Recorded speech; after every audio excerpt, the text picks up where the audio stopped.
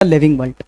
अच्छा, ये living world क्या होता है उससे पहले मैं आपसे पूछना चाहूंगा कि भाई बायोलॉजी क्या होता है। तो कोई बताना चाहेगा आप में से कि क्या होता है बायोलॉजी?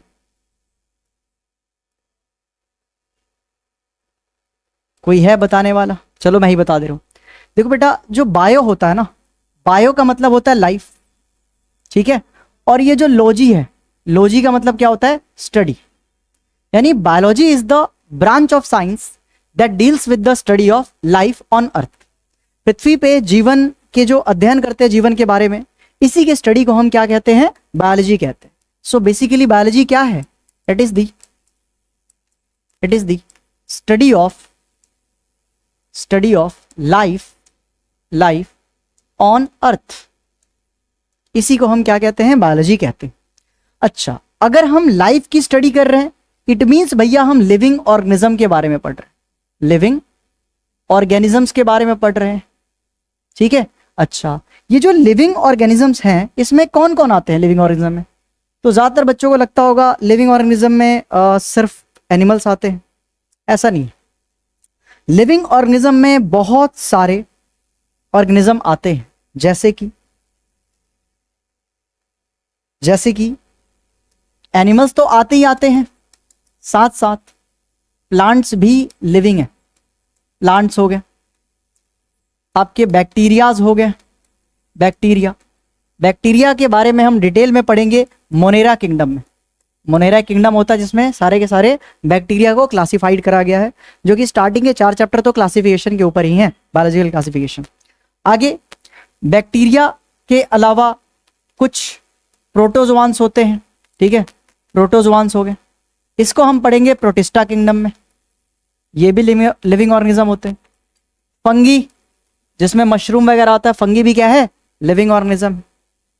ऐसे ही एल्गी भी क्या है बेटा? Living organism. आगे चल के एल्गी और प्लांट्स को एक ही किंगडम के अंदर डाला गया। कौन सा? प्लांटी किंगडम के बारे में। तो प्लांट किंगडम में डिटेल में हम पढ़ने वाले। अभी तो हमने देखा कि बायोलॉजी क्या होता है। सो बेसिकली बायोलॉजी लाइफ की स्टडी है अर्थ पे, इसी को हम क्या कहते हैं? बायोलॉजी कहते हैं, ठीक है। और बेसिकली हम लिविंग ऑर्गेनिज्म स्टडी कर रहे हैं, यानी कि हम animals, plants, bacteria, protozoas, fungi, algae, इन सब के बारे में पढ़ेंगे। अच्छा, बायोलॉजी का एक ब्रांच होता है जिसको हम कहते हैं जूलॉजी, ठीक है।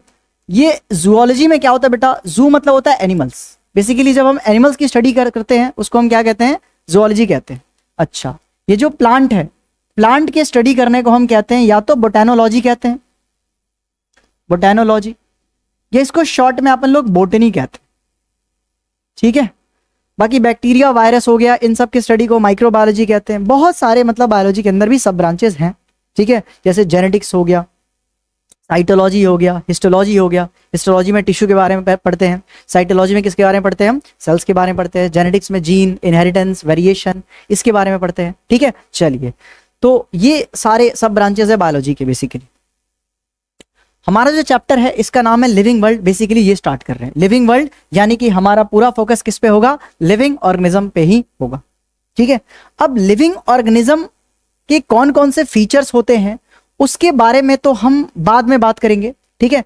पहले हम बात करने वाले हैं कि लाइफ क्या होता है। तो लाइफ का एक छोटा सा डेफिनेशन है। सवाल है क्या? What is life? लाइफ का डेफिनेशन क्या है कि भाई लाइफ एक यूनिक कॉम्प्लेक्स ऑर्गेनाइजेशन है मॉलिक्यूल्स का। बहुत सारे मॉलिक्यूल्स आपस में मिलकर के कॉम्प्लेक्स ऑर्गेनाइजेशन शो करते हैं। एक यूनिक, सबसे अलग है भाई, ठीक है। यूनिक कॉम्प्लेक्स ऑर्गेनाइजेशन शो करते हैं जो अपने आप को एक्सप्रेस करते हैं किसके द्वारा? केमिकल रिएक्शंस के द्वारा, जिसको हम आगे चल के पढ़ेंगे मेटाबॉलिज्म भी कहते हैं, ठीक है। तो अपने आप को एक्सप्रेस करते हैं केमिकल रिएक्शंस के द्वारा, और इसी केमिकल रिएक्शंस, इसी मेटाबॉलिज्म के कारण क्या होते हैं? ग्रोथ होते हैं, डेवलपमेंट होता है, रिस्पॉन्सिवनेस यानी कॉन्शियसनेस वगैरह, ठीक है। ये इसके बारे में अपने 10th क्लास में पढ़ा होगा, कंट्रोल एंड कोऑर्डिनेशन में, ठीक है। अच्छा, अडेप्टेशन करते हैं, किसी आसपास के हैबिटेट वातावरण में ढलते हैं, या रिप्रोडक्शन करते हैं। सो बेसिकली ये सारे मतलब एक तरह से सारे प्रोसेस करने के लिए कहीं ना कहीं केमिकल रिएक्शंस हो रहा है। और किसी लिविंग ऑर्गेनिज्म के बॉडी में जो केमिकल रिएक्शंस हो रहा होता है उसी को हम क्या कहते हैं? मेटाबॉलिज्म कहते हैं, ठीक है। सो लिविंग ऑर्गेनिज्म कैसे एक्सप्रेस करता है अपने आप को? मेटाबॉलिज्म के थ्रू, जिसकी वजह से ये सारे प्रोसेस, सारे कैरेक्टरिस्टिक फीचर देखने को मिलते हैं, ठीक है भैया, अच्छी बात है। आगे बात करते हैं व्हाट इज लिविंग ऑर्गेनिज्म। भैया लिविंग ऑर्गेनिज्म क्या होते हैं? तो सुनो, ये जो कैरेक्टरिस्टिक फीचर शो कर रहा है, अगर ये कैरेक्टरिस्टिक फीचर अगर कोई ऑर्गेनिज्म शो कर रहा है या कोई भी थिंग शो कर रहा है, उसको हम क्या कहेंगे? लिविंग ऑर्गेनिज्म कहेंगे। जैसे कि लिविंग ऑर्गेनिज्म हम किसको कह सकते हैं? जो ग्रोथ करता है, ठीक है, जो डाइजेशन करता है, रेस्पिरेशन करता है, ये सारे लाइफ प्रोसेस आप लोग 10th क्लास में पढ़ के आ रहे हैं। रेस्पिरेशन करता है बेटा, एक्सक्रीशन करता है, एक्सक्रीशन करता है। एक्चुअली ये जो सारे प्रोसेस है ना, ये सब मेटाबॉलिज्म के अंदर ही आते हैं, मेटाबॉलिज्म के अंदर आते हैं। जो भी आपने लाइफ प्रोसेस फिजियोलॉजी पढ़ के आए हो, मेटाबॉलिज्म के अंदर ही काउंट होता है। और भी बहुत कुछ है, जैसे प्लांट होगा तो फोटोसिंथेसिस करेगा, ये भी मेटाबॉलिज्म के अंदर आता है भाई, ठीक है, फोटोसिंथेसिस। या ग्रोथ तो हो गया आपका, रिप्रोडक्शन हो गया, रिप्रोडक्शन हो गया। और क्या हो सकता है? कॉन्शियसनेस हो गया बेटा, कॉन्शियसनेस। या इसको क्या कह सकते हो? रिस्पॉन्ड करना, ठीक है, रिस्पॉन्ड करना। ये सब प्रॉपर्टी लिविंग ऑर्गेनिज्म शो कर सकते हैं। बट सवाल है, क्या इनमें से कोई property living organism non living organism show नहीं कर सकता है? तो देखेंगे इस चैप्टर में, क्योंकि स्टार्टिंग के टॉपिक में हमें यही पढ़ना है कि कौन से कैरेक्टरिस्टिक्स डिफाइनिंग प्रॉपर्टी है किसके, लिविंग ऑर्गेनिज्म से, के कौन से डिफाइनिंग नहीं है। तो बेसिकली यही सब चीज पढ़ना है, ठीक है। अभी बात करते हैं लिविंग ऑर्गेनिज्म क्या है। तो living organism basically self replicating होते हैं। सेल्फ रेप्लिकेटिंग मतलब जो हमारे बॉडी में सेल्स हैं वो खुद से रेप्लिकेट करते हैं। 1 से 2 सेल बन गया, 2 से 4 सेल बन गया। जो इवन हमारे सेल के अंदर डीएनए है बेटा, ठीक है, डीएनए भी तो अपना कॉपी बनाते हैं, इसी को हम क्या कहते हैं? रेप्लिकेशन। तो लाइफ देखा जाए तो अपने आप को सेल्फ रेप्लिकेटिंग है। रेप्लिकेशन यहाँ पे सेलुलर लेवल में देखा है तो सेल का रेप्लिकेशन हो रहा है, मॉलिक्यूलर लेवल में डीएनए का रेप्लिकेशन हो रहा है। अगर पूरा होल इंडिविजुअल की बात करें तो हमारा भी रेप्लिकेशन हो रहा है, किसके? रिप्रोडक्शन के थ्रू। हम अपनी कॉपीज बनाते हैं। कॉपीज, कार्बन कॉपी तो नहीं कह सकते हैं, हाँ कार्बन कॉपी बनता है किसमें? असेक्सुअल रिप्रोडक्शन बनता है, बट सेक्सुअल रिप्रोडक्शन में वेरिएशन जनरेट होता है, यानी ऑप्शन वगैरह बनाते हैं। चलिए, हम इवॉल्विंग होते हैं, जैसे हम लोग बंदर थे, चिंपैंजी थे, ठीक है, अब हम लोग इंसान बन गए, तो इवोल्यूशन होता है, यानी सेल्फ रेप्लिकेटिंग, इवॉल्विंग। और क्या होता है बेटा?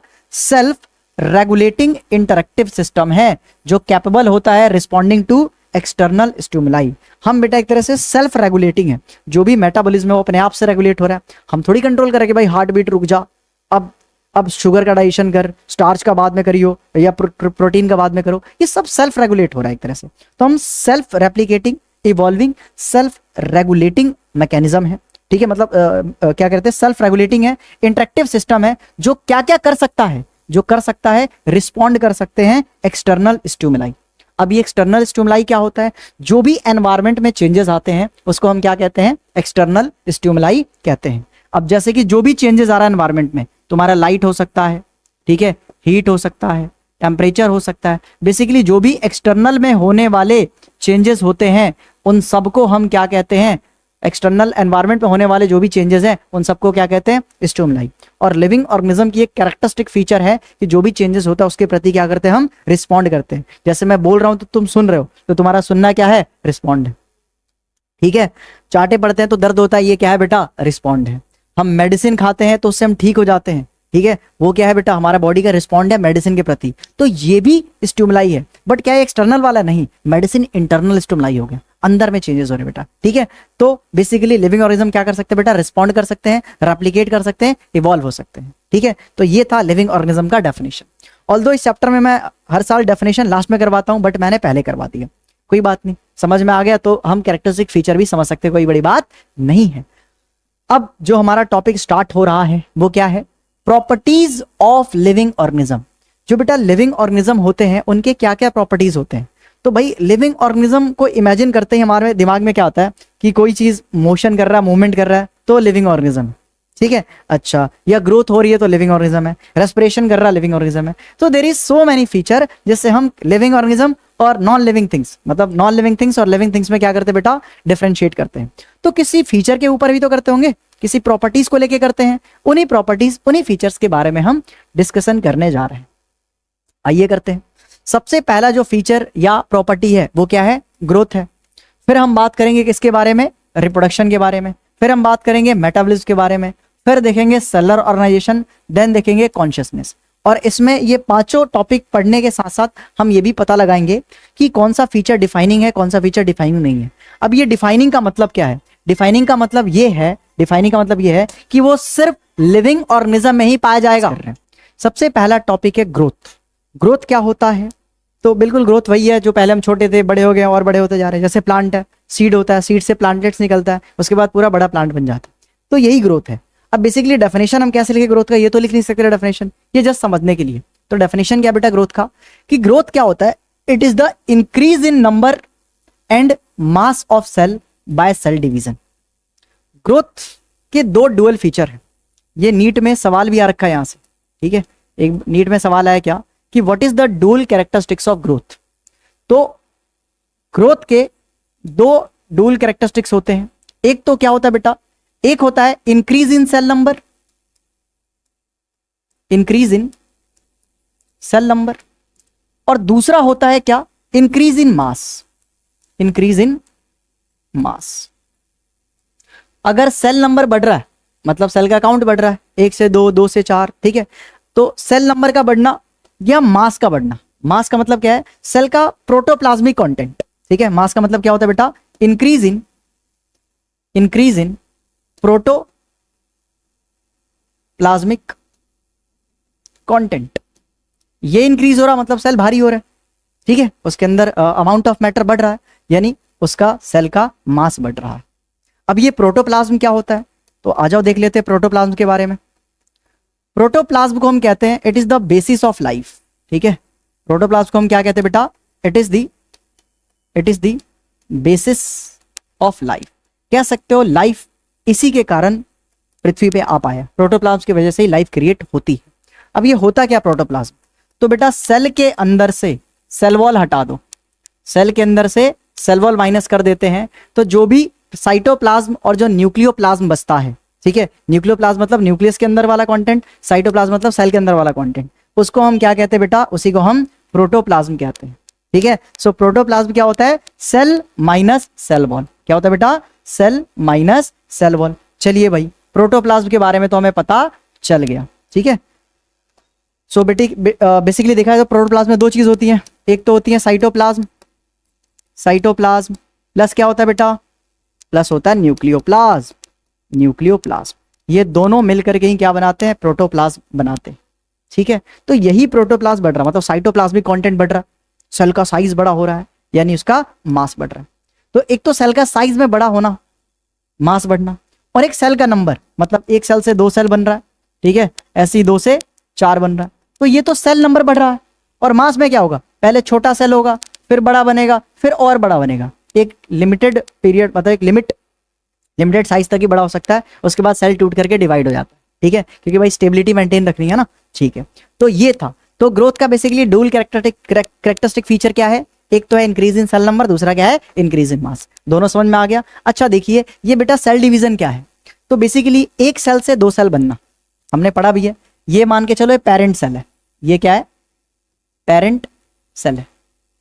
उसके बाद क्या होता है, पेरेंट सेल जब मैच्योर होता है तो न्यूक्लियस इलोंगेट होते हैं, 10th क्लास में पढ़ा था, किसमें, बाइनरी फिजन इन अमीबा समझा रहा था, वहीं पढ़ा था, ठीक है। सो बेसिकली सेल इलोंगेट हो रहा है, यहाँ पे इलोंगेशन हो रहा है सेल में, इलोंगेशन के बाद क्या होता है, सेल के जो न्यूक्लियस होते हैं टूट जाते हैं, इसको हम क्या कहते हैं, कैरियोकाइनेसिस। कैरियो ये वाला जो स्टेप हो रहा है वो क्या हो रहा है, कैरियोकाइनेसिस हो रहा है। और उसके बाद साइटोप्लाज्म का ब्रेकडाउन होकर 2 सेल बन जाता है, तो इस वाले स्टेप को हम क्या कहते हैं, इस वाले स्टेप को हम कहते हैं साइटोकाइनेसिस, साइटोकाइनेसिस। कैरियो मतलब होता है न्यूक्लियस, कैरियो मतलब क्या होता है, न्यूक्लियस होता है, काइनेसिस मतलब होता है डिवीजन। तो फर्स्ट स्टेप सेल डिवीजन में क्या होता है, karyokinesis, which is nucleus split होता है 2 पार्ट में। साइटो का मतलब होता है बेटा सेल यानी कि साइटोप्लाज्म, काइनेसिस मतलब डिवीजन, ठीक है। तो लास्ट स्टेप में क्या होता है, साइटोप्लाज्म डिवाइड होकर के 2 सेल में डिस्ट्रीब्यूट हो जाता है, यानी कि 2 सेल बन जाता है। और ये जो 2 सेल बनते हैं इन्हीं को हम क्या कहते हैं, डॉटर सेल कहते हैं, डॉटर सेल। सो बेसिकली ये जिस प्रोसेस से एक पेरेंट सेल डिवाइड होकर के 2 डॉटर सेल बनाते हैं, इसी प्रोसेस को हम क्या कहते हैं, सेल डिवीजन कहते हैं। So basically cell division is a process by which cell replicates itself. Cell क्या करता है, एक तरह से रिप्रोडक्शन कर रहा देखा जाए तो यहाँ पे कह सकते हो सेल एक सेलुलर ग्रोथ की बात करें तो वही रिप्रोडक्शन है, वही क्या है, ग्रोथ है। तो इसलिए कहते हैं जो यूनिसेलुलर ऑर्गेनिज्म होता है उसमें जो ग्रोथ का मोड है, ग्रोथ का मोड क्या होता है, इंक्रीज इन सेल नंबर, ठीक है। और रिप्रोडक्शन भी तो यही है, पेरेंट सेल से डॉटर सेल बन जाना, ठीक है। तो यूनिसेलुलर ऑर्गेनिज्म में क्या होता है, जो ग्रोथ और रिप्रोडक्शन है वो सिनोनिम्स है, एक जैसे हैं। जो ग्रोथ है वही रिप्रोडक्शन है, जो रिप्रोडक्शन है वही ग्रोथ है। ये भी नीट में आ रखा है इस स्टेटमेंट से सवाल। चलिए यहाँ पे ग्रोथ को अच्छे से दर्शा रखा है कि पहले छोटे से बड़ा हो गए फिर ऐसे मैच्योर हो गए, ठीक है। अच्छा एक चीज है बेटा, ये कैसे हो रहा है, ये जो भी ग्रोथ हो रहा है अल्टीमेट उसका बेसिस क्या है, सेल है, सेल डिवीजन है, यानी कि सेल का नंबर बढ़ना और सेल का साइज बढ़ना, मास बढ़ना, साइटोप्लाज्मिक प्रोटोप्लाज्मिक कंटेंट बढ़ना, जिससे क्या होता है इंक्रीज इन मास। तो आई होप आपको ग्रोथ क्लियर हो गया होगा, ठीक है। चलिए आगे बढ़ते हैं, सेम प्लांट में भी ग्रोथ होता है। आगे बात करते हैं, प्लांट की बात करें, ठीक है। प्लांट की बात करें तो जो ग्रोथ होता है वो कॉन्टिन्यूअस ग्रोथ होता है through out their life span. जो प्लांट्स होते हैं ना, जो प्लांट्स होते हैं, प्लांट्स, इसमें ना जो ग्रोथ होता है वो ओपन फॉर्म ऑफ ग्रोथ होता है। कैसा ग्रोथ होता है इसमें, ओपन फॉर्म या ओपन टाइप ऑफ ग्रोथ होता है, ओपन टाइप ऑफ ग्रोथ होता है। या तो इसको तुम ओपन टाइप ऑफ ग्रोथ बोल दो, या इसको इनडेफिनिट ग्रोथ बोल सकते हो। इनडेफिनिट मतलब पता ही नहीं चल रहा कब तक ग्रोथ होगा, कब रुकेगा, कुछ डिफाइन ही नहीं है, तो इनडेफिनिट ग्रोथ कहते हैं। या आप इसको क्या कह सकते हो, प्लांट कैसे ग्रोथ शो करते हैं बेटा, कॉन्टिन्यूअस ग्रोथ शो करते हैं। मतलब जब तक जिंदा है प्लांट तब तक वो ग्रोथ करते रहेंगे, ठीक है। क्यों कर पाते हैं, मेरा सवाल ये है, ठीक है। प्लांट क्यों पूरी जिंदगी ग्रोथ कर पाते हैं, तो उसके पीछे जो रीजन है, उसके पीछे जो आंसर है कि कैसे प्लांट अपनी पूरी जिंदगी ग्रोथ कर पाते हैं, उसका रीजन है क्या, मेरिस्टेमेटिक टिश्यू। क्या रीजन है बेटा, मेरिस्टेमेटिक टिश्यू। और इसके बारे में आप लोग 9th क्लास में जरूर पढ़ के आ रहे होंगे। एक्चुअली जो मेरिस्टेमेटिक टिश्यू के अंदर जो सेल्स होते हैं उसको हम क्या कहते हैं बेटा, उसको हम मेरिस्टेमेटिक सेल कहते हैं, ठीक है। और ये जो मेरिस्टेमेटिक सेल है इसकी एक खास बात होती है। क्या खास बात होती है कि ये सेल ना अपनी ये सेल क्या होते हैं बेटा, कॉन्टिन्यूसली डिवाइड करते रहते हैं। मतलब सेल जब तक जिंदा है तब तक डिवाइड करते रहेंगे। अब डिवाइड करते रहेंगे तो ग्रोथ होती रहेगी, इसलिए प्लांट हमेशा ग्रोथ करते रहती है थ्रू आउट देयर लाइफ, ठीक है। तो इसका काम क्या बेटा, इसका काम क्या है, कॉन्टिन्यूअस सेल डिवीजन शो करना, ठीक है। इनमें कॉन्टिन्यूअस सेल डिवीजन होते रहता है, इसलिए प्लांट हमेशा ग्रोथ करते रहते हैं। बट क्या है, मेरिस्टेमेटिक टिश्यू या सेल हमारे अंदर पाया जाता है, नहीं, इसलिए हमारा ग्रोथ लिमिटेड है। एक सर्टेन पीरियड ऑफ एज के बाद हमारा ग्रोथ रुक जाता है। जैसे ह्यूमंस में 18-19 ईयर्स होते ही हमारा ग्रोथ क्या हो जाता है, स्टॉप हो जाता है, ठीक है। तो प्लांट में हमने देखा, प्लांट में कैसा ग्रोथ हो रहा है बेटा, ओपन टाइप ऑफ ग्रोथ हो रहा है, या इसी को इंडेफिनिट या कॉन्टिन्यूअस ग्रोथ कहते हैं। क्लियर है सभी को। चलिए आगे बात करते हैं। अच्छा ये मेरिस्टेमेटिक सेल्स के बारे में, टिश्यू के बारे में पढ़ाया था, कैसे, एक डायग्राम से पढ़ाया था। जो मान के चलो प्लांट है, ठीक है, तो प्लांट के ऊपर में एक होते हैं एपाइकल मेरिस्टम होते हैं, ठीक है। साइड में होते हैं लेटरल मेरिस्टम, और जो जहां से ब्रांच, लीफ, बर्ड्स, नोड्स निकल रहे हैं वहां पे होते हैं इंटरकैलरी मेरिस्टम। एपाइकल मेरिस्टम क्या होता है, प्लांट में इलोंगेशन करवाता है, लेटरल गर्थ बढ़ाता है, ठीक है। और इंटरकैलरी ब्रांच वगैरह हो गया, लीफ हो गया, इन सब का डेवलपमेंट करवाता है, फॉर्मेशन करवाता है। तो देख सकते हैं इन टिश्यू सेल्स के वजह से ही प्लांट में हमेशा ग्रोथ होते रहती है, जो ये टिश्यू सेल्स हमें पाए नहीं जाते। बाकी इसको डिटेल में हम पढ़ेंगे एनाटॉमी एंड मॉर्फोलॉजी वगैरह चैप्टर में, इसको डिटेल में पढ़ेंगे। 9th में भी पढ़ा है, 11th में भी पढ़ेंगे, टेंशन वाली बात नहीं है। इस चैप्टर में तो जस्ट हमें देखना था क्या, कि भैया जो प्लांट होता है उसमें कॉन्टिन्यूअस ग्रोथ होता है through out their life span, ठीक है। आइए आगे बात कर रहे हैं, यही बात करते हैं हम किसमें, एनिमल्स में। In animals growth is only up to a certain age, certain age तक ही ग्रोथ होता है। जैसे एग्जाम्पल की बात करें, जो ह्यूमंस हैं, ह्यूमंस में क्या होता है बेटा, ह्यूमंस में 18 ईयर्स होने के बाद हमारी जो इलोंगेशन वाली, हाइट वाली ग्रोथ होती है, स्टॉप होती है। ऑल्दो हमारे बॉडी के जैसे कुछ डैमेज हो गया, बोन फ्रैक्चर हो गया, कट गया, ठीक है, छिल गया, तो वो टिश्यू सेल सही हो जाते हैं। कैसे, वहां के टिश्यू सेल डिवाइड होना स्टार्ट कर देते हैं, ठीक है, उसको रिपेयर कर देते हैं। तो रिपेयर वाली ग्रोथ या एक तरह से गर्थ, मोटापा वाली ग्रोथ होते रहती है, तो खाने पीने के ऊपर डिपेंड कर रहा, ठीक है। बट हमारी वो हाइट वाली ग्रोथ क्या हो जाती है, स्टॉप हो जाती है। वही प्लांट में चलती रहती है, why, due to meristematic tissue, ठीक है। चलिए बस इतना ही था इसमें, आगे बात करते हैं। हाँ, इस बात को लिखा है यहाँ पे, however cell division occurs to replace lost cell. कोई सेल डैमेज हो गया या फिर कुछ फ्रैक्चर हो गया, कट लग गया, उस सेल्स को रिपेयर करने के लिए, रिप्लेस करने के लिए सेल डिवीजन होते हैं। तो वैसे वाली ग्रोथ होती है। बट हम अगेन ग्रोथ को कैसे कंसिडर करते हैं, increase in cell number, increase in mass, ठीक है। और हमारी जो हम ग्रोथ देख रहे हैं, हाइट वाली देख रहे हैं, तो लेंथ वाली नहीं होती हमारी, ठीक है। चलिए आगे बात करते हैं। नेक्स्ट अब बात करते हैं ग्रोथ। अब सवाल ये है कि क्या ग्रोथ सिर्फ लिविंग ऑर्गेनिज्म में होता है? तो इसका जवाब है नहीं। जो ग्रोथ है वो प्लांट में भी होता है, एनिमल में भी होता है, और जो नॉन लिविंग थिंग्स हैं जैसे mountains, crystal, sandstones, stone, boulders, ये सब में ग्रोथ देखे जाते हैं। भैया माउंटेन में कैसे ग्रोथ होता है? तो इमेजिन करो किसी पहाड़ पे बर्फ नहीं गिरा, ठीक है, और थोड़े कुछ साल बाद या कुछ मंथ्स बाद बर्फ गिरा, तो उसकी थिकनेस बढ़ जाती है, हाइट भी बढ़ जाती है, क्योंकि कुछ किलोमीटर चौड़ा या कुछ मीटर चौड़ा बर्फ का लेयर डिपॉजिट हो जाता है, आइस का लेयर डिपॉजिट हो जाता है। तो एक तरह से माउंटेन्स का भी देखा जाए तो क्या होता है? ग्रोथ होता है। तो माउंटेन्स भी ग्रोथ कर रहे हैं। ऐसी आपने कभी ना कभी पढ़ा होगा, कॉपर सल्फेट का क्रिस्टल्स अपन लोग बनाते थे, ठीक है, वो हॉट करते थे फिर कूल करते थे, ब्लू कलर की क्रिस्टलाइजेशन प्रोसेस में पढ़ा होगा कि पहले छोटे क्रिस्टल बनते फिर बड़े होते रहते हैं और बड़े हो जाते हैं। तो क्रिस्टल भी तो ग्रोथ कर रहे हैं। तो भैया क्रिस्टल तो यार नॉन लिविंग थिंग्स है, वो कैसे ग्रोथ कर रहे हैं? तो मतलब वो तो लिविंग होना चाहिए, बट ऐसा नहीं। तो मतलब ये जो ग्रोथ प्रॉपर्टी है ना, इसी में कुछ झोल है, इसी में कुछ लफड़ा है। तो यहां पे ग्रोथ क्योंकि नॉन लिविंग ऑर्गेनिज्म और लिविंग ऑर्गेनिज्म दोनों करते हैं, यानी कि basically growth is the increase in mass and size, अब तक हमने पढ़ा। दस non living object also grow.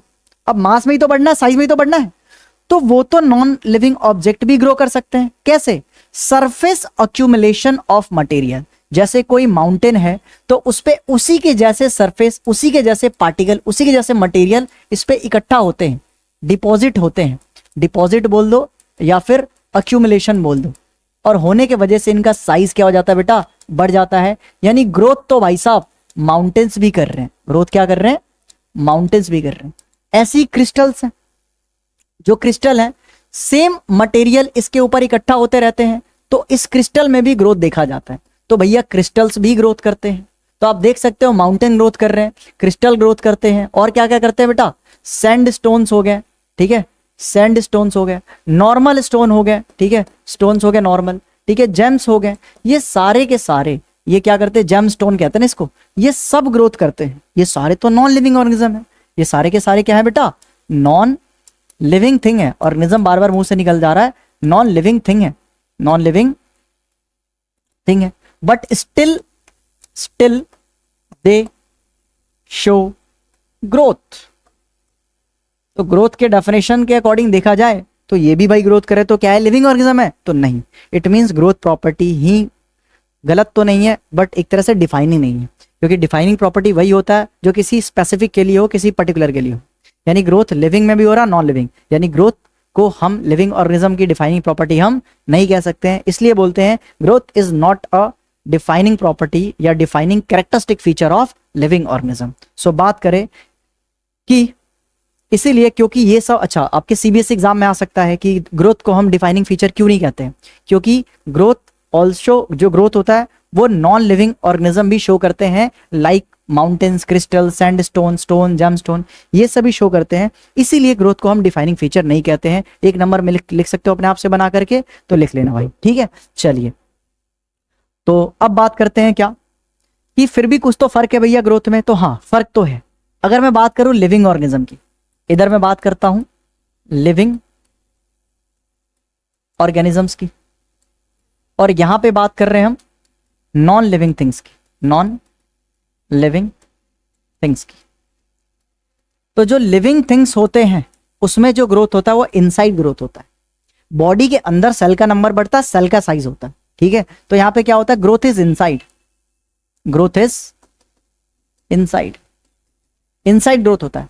But वही जो नॉन लिविंग है, बाहर सरफेस पे मटेरियल इकट्ठा होते हैं, यानी आउटसाइड ग्रोथ हो रहा है। तो यहां पे क्या होता है बेटा? ग्रोथ इज आउटसाइड, यहां पे आउटसाइड ग्रोथ है, ठीक है। और बात करें तो यहां पे सेल डिवीजन देखा जाता है, ठीक है, सेल डिवीजन है, ठीक है। सेल के साइज बढ़ रहा है, यानी कि सेल मास वगैरह इंक्रीज हो रहा है, बट यहाँ पे सेलुलर ग्रोथ देखा नहीं जाता है। इसमें तो सेल ही नहीं होते भाई, इसमें तो सेल ही नहीं होते। तो कुछ तो फर्क है, ठीक है, दोनों के ग्रोथ में। तो यही यहाँ पे लिखा है, in living organism growth is from inside. Growth कहां से होता है? अंदर से होता है, बट नॉन लिविंग में बाहर होता है। तो थोड़ा सा फर्क है। लास्ट में रिप्रोडक्शन शुरू करने से पहले एक लाइन लिखोगे क्या? यहीं पे लिख लो, जो ग्रोथ होते हैं वो कैरेक्टरिस्टिक फीचर नहीं होते हैं। क्यों? क्योंकि non living things like mountains, crystal, sandstone also show growth. तो एक नंबर का रीजन आप लिख सकते हो। तो यहाँ पे नोट डाल के लिख लीजिएगा क्या, growth is not a defining feature या प्रॉपर्टी ऑफ लिविंग ऑर्गेनिज्म का डिफाइनिंग फीचर या कैरेक्टरिस्टिक्स प्रॉपर्टी नहीं है ग्रोथ। क्यों, सवाल पूछा जा सकता है क्यों नहीं है? Because non living things also show growth like mountains, crystal, sandstone. बहुत बार रिपीट कर चुका हूं, इसको खुद से आंसर में फ्रेम कर लीजिएगा। बढ़ते हैं आगे नेक्स्ट प्रॉपर्टी की तरफ। तो नेक्स्ट प्रॉपर्टी है reproduction.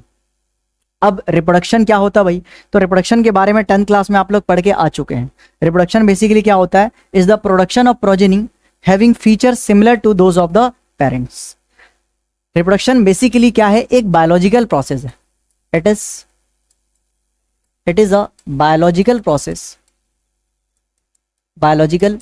Process of formation of offspring यानी कि बच्चा, from parents.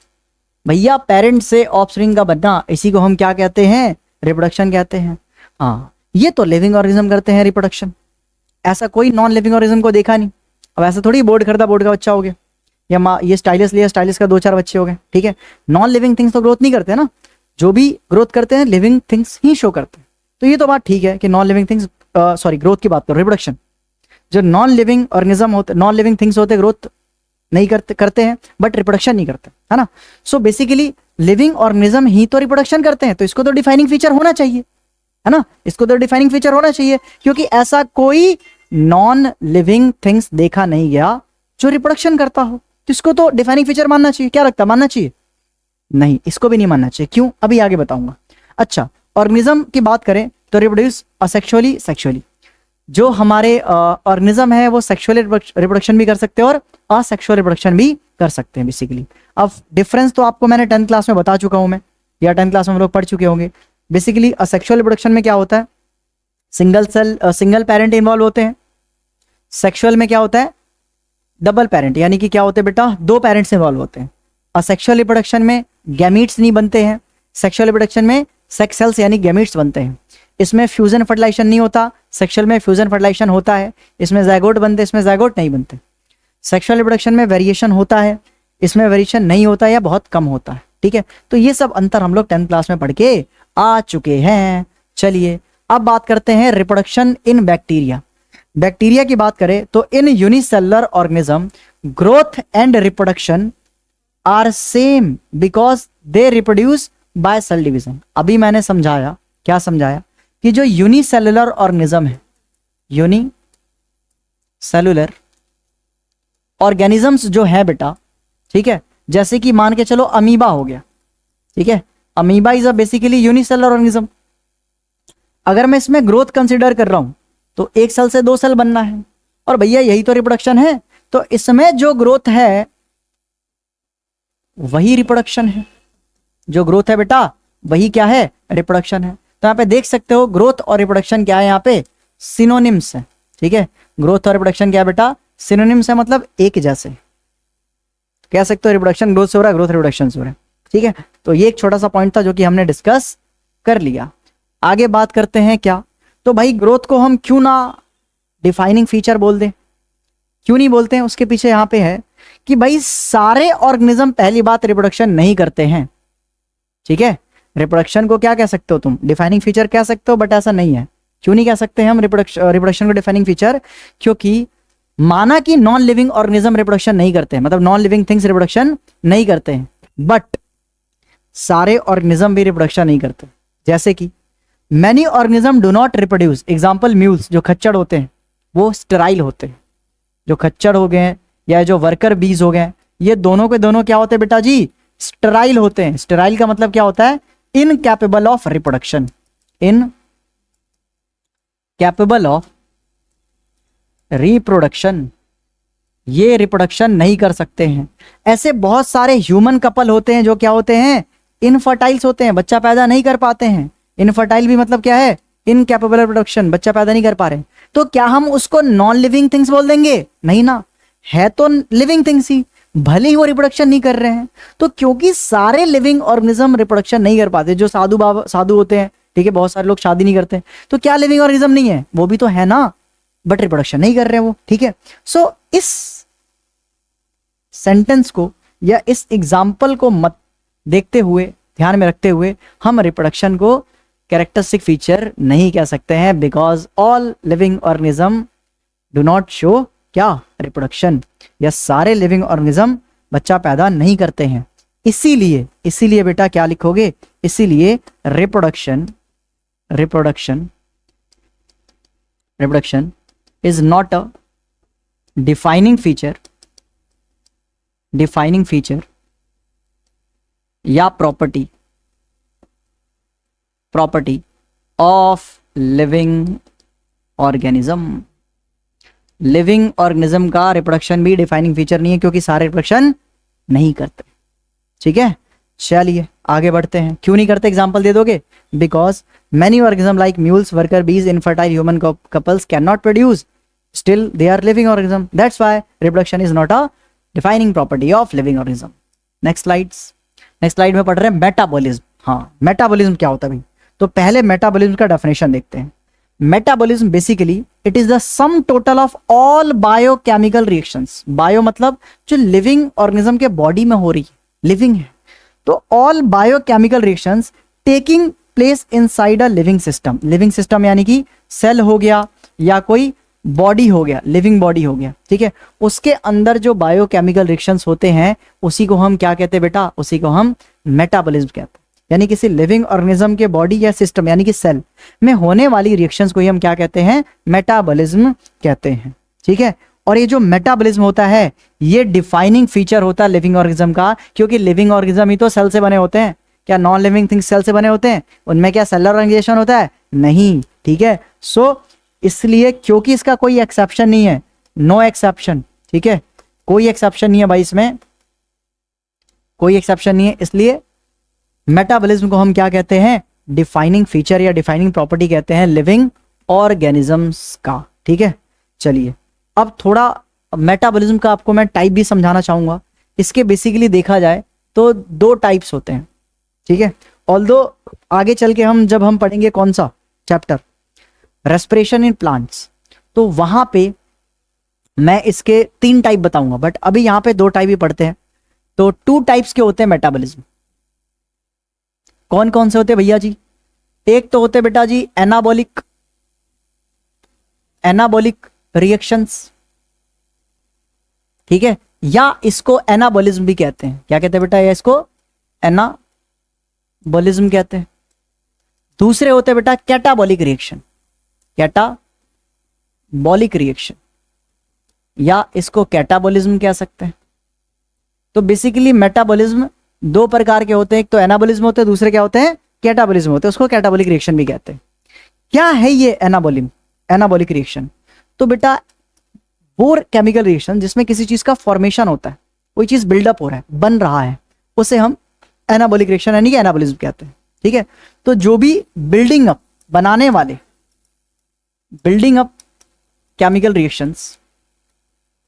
Chemical reactions are called anabolic reaction.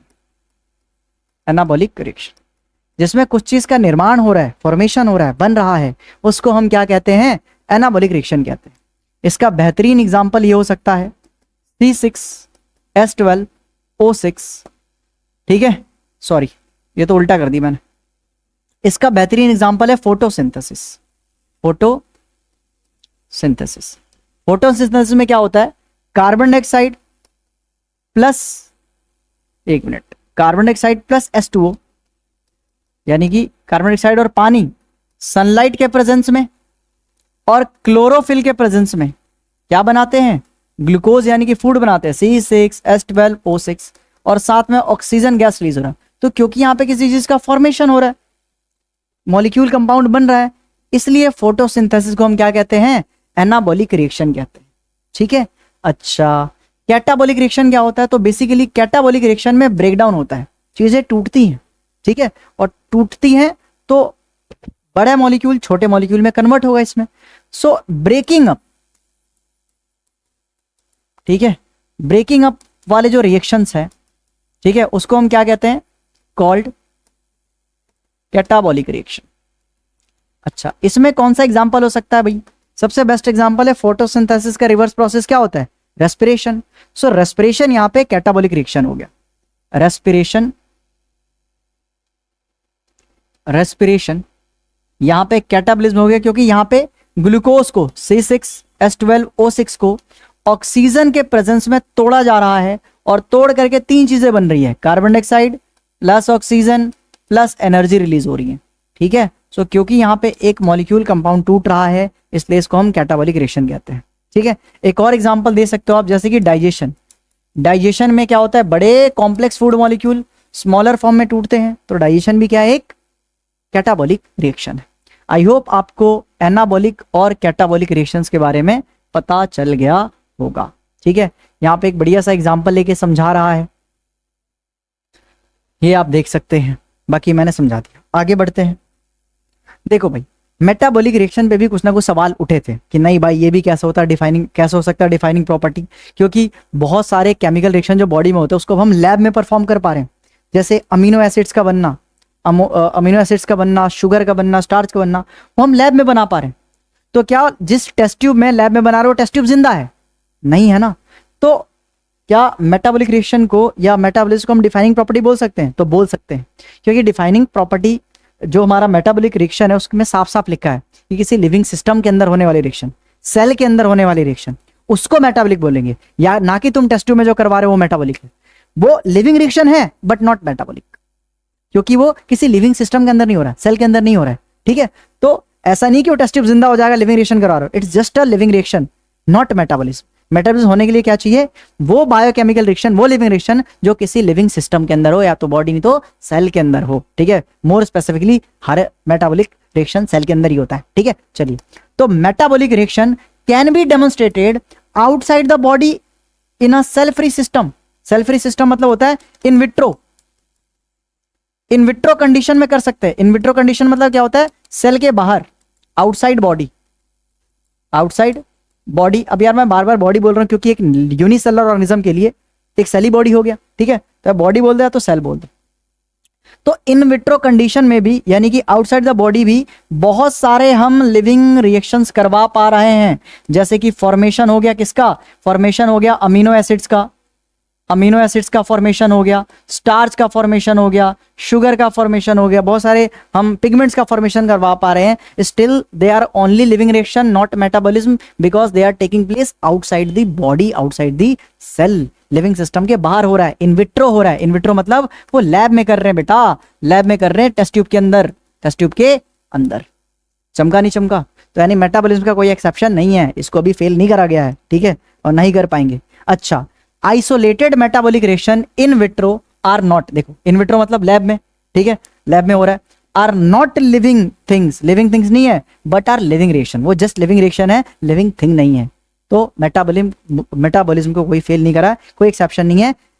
ये है defining feature of living organism. यानी अब तक हमने पढ़ा ग्रोथ और रिप्रोडक्शन और मेटाबॉलिज्म, जिसमें ग्रोथ रिप्रोडक्शन दोनों ही डिफाइनिंग प्रॉपर्टी नहीं है लिविंग ऑर्गेनिज्म का। कौन सा बेटा? मेटाबॉलिज्म है, क्योंकि इसका कोई एक्सेप्शन, कोई इसका फेलियर नहीं है। चलिए आगे बात करते हैं। Cellular organisation. सेलुलर ऑर्गेनाइजेशन का मतलब क्या होता है? तो भाई साहब, सेलुलर ऑर्गेनाइजेशन का मतलब होता है सेल, सेलर मतलब सेल, सेलर मतलब क्या बेटा? सेल है। ऑर्गेनाइजेशन मतलब यही सेल ऑर्गेनाइज होके कोई लिविंग थिंग्स को, लिविंग ऑर्गेनिज्म को बना रहे हैं। तो सेल्स ही तो लिविंग बॉडी बना रहे हैं। ठीक है, लिविंग बॉडी या लिविंग ऑर्गेनिजम्स को बना रहे हैं, इसको हम सेलुलर ऑर्गेनाइजेशन कहते हैं। यानी कि organism are made up of one or more sales, इसी को हम क्या कहते हैं? सेलुलर ऑर्गेनाइजेशन कहते हैं। सेल क्या होता है? It is the defining feature of living organism, क्योंकि हमें पता है कोई नॉन लिविंग थिंग्स सेल से नहीं बना होता है। यानी सेलुलर ऑर्गेनाइजेशन क्या होता है? सिर्फ लिविंग थिंग्स के अंदर ही होता है, नॉन लिविंग थिंग्स के अंदर नहीं होता है। सेलुलर ऑर्गेनाइजेशन को एक तरह से आप और समझ सकते हैं, जैसे कि जो सेल्स होते हैं, जो बेटा सिमिलर सेल्स हैं, आपस में कंबाइन होकर के क्या बनाते हैं, टिश्यू बनाते हैं। यानी सेल्स ही तो ऑर्गेनाइज होकर टिश्यू बना रहा है, इसी को तो सेलुलर ऑर्गेनाइजेशन कह रहे हैं। अच्छा, वो टिश्यू जिसका सिमिलर फंक्शन होता है, structure can be different, but जिसका सिमिलर स्ट्रक्चर है वो ग्रुप होके क्या बना रहे बेटा, ऑर्गन बना रहे। अच्छा, ऐसे ऑर्गन जिनके सिमिलर फंक्शन होता है, जैसे मान के चलो कोई डाइजेस्टिव सिस्टम का ऑर्गन है, तो सभी का फंक्शन क्या होगा, सिमिलर होगा, तो वो क्या बनाएगा बेटा, ऑर्गन सिस्टम बनाएगा। अच्छा, ऑर्गन सिस्टम बनके पूरी ऑर्गन सिस्टम सारे मिलके क्या बना देते हैं, पूरा ऑर्गेनिज्म बना देते हैं। अब ऑर्गन में क्या आ गया बेटा, स्टमक आ गया, और क्या आ गया बेटा, किडनी मान लो, किडनी हो गया, लंग्स हो गया आपका, ठीक है, हार्ट हो गया, ये सारे के सारे क्या है, ऑर्गन है। स्टमक कौन से ऑर्गन सिस्टम में आता है, डाइजेस्टिव सिस्टम में आता है बेटा, डाइजेस्टिव सिस्टम में आता है। अच्छा, किडनी किस में आता है, एक्सक्रीटरी सिस्टम में आता है, तो एक्सक्रीटरी सिस्टम में क्या हो गया, ऑर्गन सिस्टम हो गया। लंग्स किस में आता है, रेस्पिरेटरी सिस्टम में आता है। हार्ट किस में आता है, सर्कुलेटरी सिस्टम में आता है। तो ये सब चीज कहां से बन रहा है, किससे बन रहा है, सेल से ही बन रहा है ना, इसलिए सेल को हम क्या कहते हैं, मतलब सेल से ही बन रहा है, इसलिए इसको हम क्या कहते हैं, सेलुलर ऑर्गेनाइजेशन कहते हैं। और क्योंकि सारी लाइफ सेल से बनी है, इसलिए सेल को यूनिट ऑफ लाइफ भी कहा जाता है। मोर एक्यूरेटली कहे तो फंडामेंटल यूनिट ऑफ लाइफ। ये इसको मैं ऐसे ही बताता हूं, cell is the structural and functional unit of life. Structural बोले तो पूरी बॉडी किससे बन रही है, सेल से बन रही है। बॉडी में काम कौन कर रहा है, मेटाबॉलिक रिएक्शन कौन कर रहा है, सेल कर रहा है, सेल के अंदर ही हो रहा है। इसलिए cell is the structural and functional unit of living organism, चाहे वो एनिमल हो चाहे वो प्लांट हो, क्योंकि एनिमल के अंदर भी सेल पाए जाते हैं, प्लांट के अंदर इवन बैक्टीरिया, फंगी, सारे ऑर्गेनिज्म के अंदर पाए जाते हैं। क्या वायरस के अंदर सेल पाया जाता है, नहीं, वो असेलुलर फॉर्म ऑफ लाइफ है। अब बात करते हैं किसके बारे में, अब बात कर रहे हैं प्रॉपर्टी ऑफ लिविंग ऑर्गेनिजम्स, ठीक है, लिविंग ऑर्गेनिज्म की प्रॉपर्टी बात कर रहे हैं, और उसमें जो हमारा आज का टॉपिक है वो है कॉन्शियसनेस। अब ये कॉन्शियसनेस का मतलब क्या होता है, तो हमने अब तक कितने प्रॉपर्टीज कर लिए, ग्रोथ करा, रिप्रोडक्शन करा, दोनों ही डिफाइनिंग प्रॉपर्टी नहीं है, फिर मेटाबॉलिज्म करा और सेलुलर ऑर्गेनाइजेशन करा, ये दोनों क्या थे बेटा, डिफाइनिंग प्रॉपर्टी थे। अब हमारे पास लास्ट आया है, वो क्या बेटा, कॉन्शियसनेस। अब कॉन्शियसनेस में दो चीजें आती, पहला तो अवेयर होना, ठीक है, पहला चीज क्या आता है बेटा, पहला अवेयर होना, अवेयरनेस, अवेयरनेस ऑफ सराउंडिंग, ठीक है, अपने सराउंडिंग से अवेयर होना, उसके बारे में पता होना, और दूसरा उसके प्रति रिस्पॉन्ड करना, उसके प्रति क्या करना, रिस्पॉन्ड करना। तो बेटा रिस्पॉन्ड करना, अवेयर होना, इसी दोनों को हम कंबाइंड करके क्या बोलते हैं, कॉन्शियसनेस। अगर आप कॉन्शियस हो, इसका मतलब अपने आसपास से अवेयर हो। जैसे मैंने स्टाइलिश चला के ऐसे मारने का इशारा करा, आप डर गई, आंख ब्लिंक हुआ, तो इसका मतलब क्या, आप अवेयर हो सराउंडिंग से, ठीक है, और आपने रिस्पॉन्ड करा आई को ब्लिंक करके, डर के, तो ये क्या हो गया, रिस्पॉन्डिंग हो गया। तो इसी रिस्पॉन्डिंग और अवेयरनेस को हम क्या कहते हैं, कॉन्शियसनेस कहते हैं। तो आई होप आपको कॉन्शियसनेस समझ में आ गया होगा। चलिए, तो कॉन्शियसनेस क्या होता है, it is the ability of organism to sense their environment, environment को सेंस कर रहे हैं, अवेयर हो रहे, रिस्पॉन्ड कर रहे हैं, समझ रहे हैं, सेंस कर रहे हैं और उसके प्रति रिस्पॉन्ड कर रहे हैं। सेंस मतलब अवेयर हो रहे, रिस्पॉन्ड कर रहे हैं, ठीक है, मतलब कोई भी एक्शन से रिस्पॉन्ड कर सकते हो। मैं बोल रहा हूं, तुम सुन पा रहे हो, तुम्हारा सुनना भी रिस्पॉन्ड है, ठीक है। चलिए, to environment stimuli, environmental stimuli, environment में होने वाली सारी स्टिमुलाई, चाहे लाइट में चेंज हो, चाहे वो इलेक्ट्रिसिटी हो बेटा, इलेक्ट्रिसिटी हो, चाहे वो टेम्परेचर हो, चाहे वो प्रेशर हो, चाहे कोई भी एक्सटर्नल चेंजेस हो, ठीक है, कोई चाटा मार रहा है, ठीक है, आप अवेयर हुए, चोट लगा आपको, आपने एक और रख दिया उसको, ये रिस्पॉन्ड हो गया, ठीक है। चलिए, तो ये सब हो गया, जैसे कि लाइट हो गया, वाटर हो गया, टेम्परेचर हो गया, अदर ऑर्गेनिज्म हो गया, केमिकल्स हो गया, पॉल्यूटेंट्स हो गया, ये सब एनवायरमेंटल स्टिमुलाई के अंदर आते हैं, ठीक है। स्टिमुलाई क्या होता है, एनवायरमेंटल स्टिमुलाई क्या होता है, एनवायरमेंट में होने वाली सारी चेंजेस, चाहे वो फिजिकल हो, केमिकल हो, बायोलॉजिकल हो, वो सारे चेंजेस को हम क्या कहते हैं, स्टिमुलाई कहते हैं। उसका एग्जांपल यहाँ पे लिखा हुआ है। अच्छा, all organisms are aware of their surrounding, जो भी ऑर्गेनिज्म है, जो भी लिविंग थिंग्स हैं, वो सब के सब अवेयर होते हैं अपने सराउंडिंग से, सराउंडिंग में होने वाले चेंजेस, स्टिमुलाई से। So it is the defining property of living organism, क्योंकि सारे ऑर्गेनिज्म अवेयर होते हैं सराउंडिंग से, इसीलिए कॉन्शियसनेस क्या है बेटा, कॉन्शियसनेस क्या है, it is the defining property of living organism, property of living organisms. अब भाई ऐसा तो है नहीं कि साइंटिस्ट बायोलॉजिस्ट ने बोल दिया कि भाई ये डिफाइनिंग प्रॉपर्टी है और इंसान उस पर सवाल ना उठाए, उंगली ना करे, ठीक है। गलतियां निकालने का तो सभी को शौक होता है, तो इस पे भी सवाल उठाए गए। कैसे उठाए गए? तो बोला गया मान लो कोई पर्सन कोमा में है, अब वो तो भाई देखा जाए तो एक तरह से वो ब्रेन डेड है, रिस्पॉन्ड थोड़ी कर रहा है, हमें पता भी नहीं कि अवेयर है या नहीं है, आसपास से चाटे मार रहे उसको कोई फर्क नहीं पड़ रहा, कुछ भी बोल रहे उसे कोई फर्क नहीं पड़ रहा, तो उसकी अवेयरनेस और रिस्पॉन्डिंग के बारे में पता नहीं चल रहा है एक्सटर्नल, ठीक है। तो क्या हम बोल देंगे कि वो कॉन्शियसनेस में है? तो क्या यहाँ पे कॉन्शियसनेस डिफाइनिंग प्रॉपर्टी है। वो रिस्पॉन्ड करता है, जो कोमा में होता है वो भी बंदा रिस्पॉन्ड करता है, भले एक्सटर्नली ना करे बट इंटरनल रिस्पॉन्ड करता है। अगर ऐसा नहीं करता तो टपक जाता, मर जाता। कैसे? भाई वो खाना तो खा रहा है ना, डाइजेशन हो रही, मतलब उसके बॉडी के केमिकल एंजाइम रिस्पॉन्ड कर रहे हैं, अंदर केमिकल रिएक्शन हो रहा है, क्योंकि कोई सबस्ट्रेट, कोई सब्सटेंस के प्रति ही तो हमारे एक्शन एंजाइम एक्शन करते हैं, रिएक्शन हो रहा है, मेटाबॉलिज्म हो रहा है, ठीक है। तो एक तरह से रिस्पॉन्ड तो कर रहा है, नॉट एक्सटर्नल बट इंटरनल कर रहा है। तो भले ही कोमा वाला पर्सन एक्सटर्नल रिस्पॉन्ड नहीं करता बट इंटरनल करता है फूड के प्रति, ठीक है। या फिर आप कह सकते हो जो हम ड्रग्स देते हैं, दवाई देते हैं, उससे ठीक हो रहा है, असर हो रहा है, यानी उसकी बॉडी, उसके जो एंजाइम है वो कहीं ना कहीं रिएक्ट कर रहे हैं, रिस्पॉन्ड कर रहे हैं, किसके प्रति? मेडिसिन के प्रति। तो ये भी एक रिस्पॉन्डिंग है, यानी कॉन्शियसनेस है। तो ब्रेन डेड होने के बावजूद भी वो कॉन्शियसनेस में है, क्योंकि वो इंटरनल रिस्पॉन्डिंग शो कर रहा है, किसके प्रति?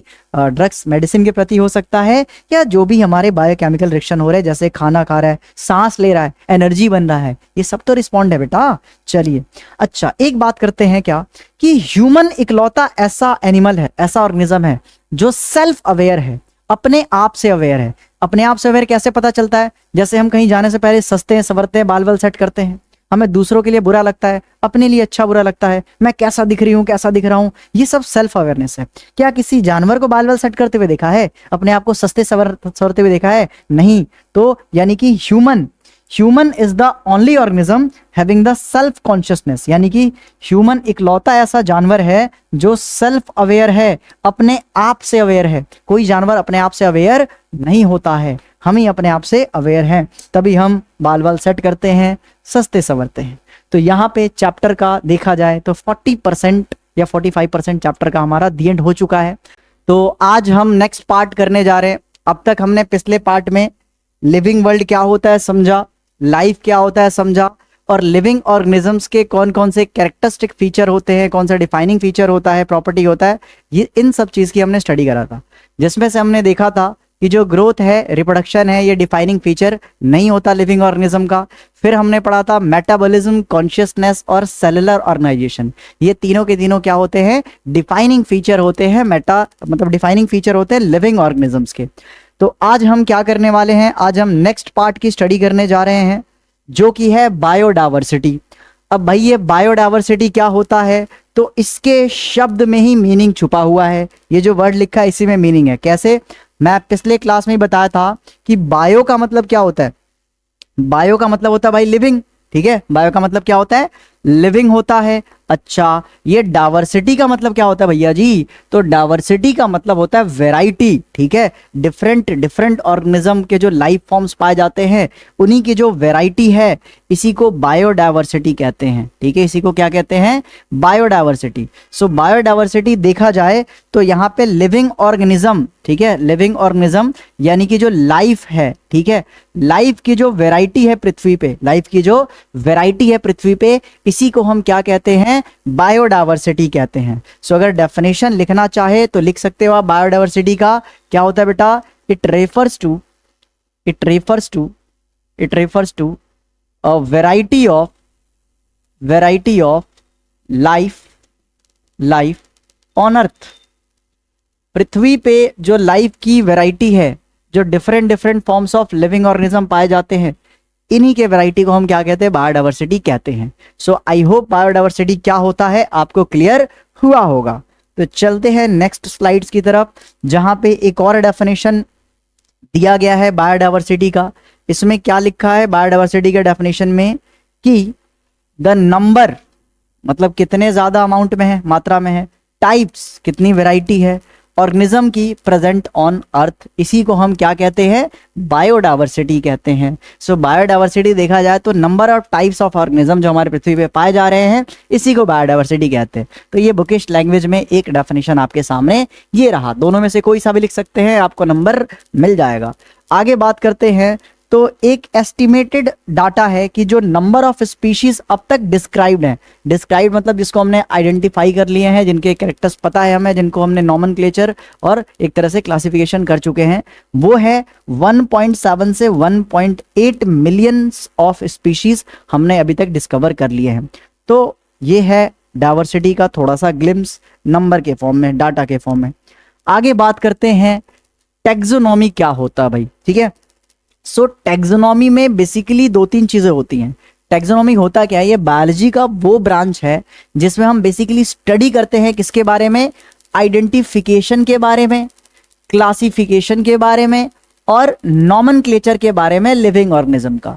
तो जो लिविंग ऑर्गेनिज्म का आइडेंटिफिकेशन होता है, क्लासिफिकेशन होता है और नॉमेनक्लेचर होता है, इसी के स्टडी को हम क्या कहते हैं, टैक्सोनॉमी कहते हैं। यानी टैक्सोनॉमी में तीनों चीजें करते हैं, आइडेंटिफिकेशन यानी आइडेंटिफाई करना डिफरेंट टाइप्स के ऑर्गेनिज्म को, उनके बारे में कैरेक्टर्स पता करना, लिखना, ठीक है। देन उनको क्लासिफाई करना, क्लासिफाई मतलब उनको कन्वीनियंट ग्रुप में एक तरह से अरेंज करना, ठीक है, कैटेगराइजेशन कर देना, ग्रुपिंग कर देना, ये होता है क्लासिफिकेशन। फिर क्या होता है, नॉमेनक्लेचर। नॉमेनक्लेचर तो सभी को पता है, assigning scientific name so that पूरे वर्ल्ड में जो भी ऑर्गेनिज्म है उस एक कॉमन नेम से जाना जाए, ठीक है।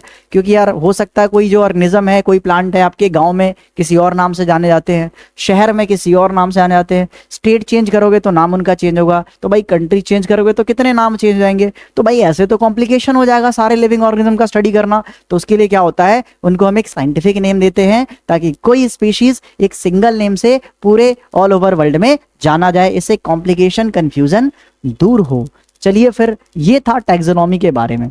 आगे बढ़ते हैं, आगे हम क्या बढ़ने वाले भाई, आगे पढ़ने वाले हैं सिस्टमैटिक्स। अब ये सिस्टमैटिक्स क्या है, तो पहले जो टैक्सोनॉमी हुआ था, मतलब हमने उसमें क्लासिफिकेशन वगैरह करा था, वो हमने कैसे भी कर दिया था, मतलब एक तरह से इवोल्यूशन का ध्यान नहीं रखा था। अब जब हम क्लासिफिकेशन, ठीक है, जब हम किसी ऑर्गेनिज्म की जो क्लासिफिकेशन है या जो अरेंजमेंट है इवोल्यूशनरी बेसिस पे करते हैं या फाइलोजेनेटिक बेसिक्स पे करते हैं, इसी को हम क्या कहते हैं, इसी को सिस्टमैटिक्स कहते हैं। यानी सिस्टमैटिक्स में भी लिविंग ऑर्गेनिज्म का अरेंजमेंट हो रहा है, बट यहाँ पे इवोल्यूशन का ख्याल रखा जा रहा है। मतलब जो स्पीशीज सबसे पहले आई उसको पहले हम ग्रुप में डालेंगे, जो बाद में आई उसके बाद में आएगा। एक एग्जांपल ले सकते हैं आप स्मार्टफोन्स का, ठीक है। जैसे सबसे पहले वो कीपैड वाले फोन आते थे, देन फिर वो कीपैड में पहले ब्लैक एंड व्हाइट आता था, फिर वो कलर वाला हुआ, तो इवोल्यूशन हो गया ना फोन का। अब कलर के बाद फिर टच आ गया, ठीक है, टच के बाद क्या आ गया, एक कैमरे वाले आ गए, एक के बाद 2 कैमरे वाले, अब तो पता नहीं कितने कैमरे वाले फोन आ रहे हैं भाई साहब। तो ये क्या था, फोन का इवोल्यूशन हुआ ना, जैसे कि अपग्रेडेशन हुआ। तो वैसे ही लिविंग ऑर्गेनिज्म का भी क्या होता है, अपग्रेडेशन होता है, जिसमें सबसे पहले हमारे पृथ्वी पे प्रिमिटिव लाइफ फॉर्म्स आए, बैक्टीरियाज वगैरह, ठीक है, उनसे भी पहले कुछ लाइफ फॉर्म्स आए थे जो कि एक्चुअली असेलुलर फॉर्म ऑफ लाइफ थे। ये सब हम इवोल्यूशन में क्लास 12 में पढ़ेंगे। बट हाँ, बैक्टीरियाज कह सकते हो, मोनेरा जो किंगडम में पाया जाता है, वो सारे बैक्टीरिया वो पहले आए पृथ्वी पे। उसके बाद फिर प्रोटिस्टा वगैरह चला, ठीक है, देन फिर हमारा एनिमेलिया, प्लांटी एनिमेलिया, ये सब की तरफ हम मूव ऑन करें। तो ऑर्गेनिज्म को क्लासिफाई करना इवोल्यूशनरी रिलेशनशिप के बेसिस पे, यानी जो एंशियंट होगा, पुराना होगा, उसको पहले रखेंगे, जो मॉडर्न होगा, जो कॉम्प्लेक्स होगा, उसको बाद में रखेंगे। इसी को हम क्या कहते हैं, सिस्टमैटिक्स कहते हैं। सो सिस्टमैटिक्स में क्या होता है, लैटिन वर्ड सिस्टमा से लिया गया है, इसका मतलब होता है सिस्टमैटिक अरेंजमेंट। इसमें होता क्या है, तो सिस्टमैटिक्स क्या होता है, बेसिकली ये डील करता है with the evolutionary relationship between the organisms. यानी कि सिस्टमैटिक हमें डिफरेंट ऑर्गेनिज्म के बारे में, इवोल्यूशनरी रिलेशनशिप के बारे में बताता है, सिमिलैरिटीज के बारे में, डिफरेंसेस के बारे में हम इसे पता कर सकते हैं। अब जैसे कि मोनेरा किंगडम है, उसमें सारे बैक्टीरियाज हैं, ठीक है। अगर मैं बात करता हूँ मोनेरा के बाद एनिमल किंगडम, तो उसमें जो भी एनिमल्स वगैरह हैं, अब उनमें भी फाइलम वगैरह होगा, ठीक है। अब फाइलम में सबसे एडवांस कौन सा है, तुम्हारा कॉर्डेट्स है, ठीक है।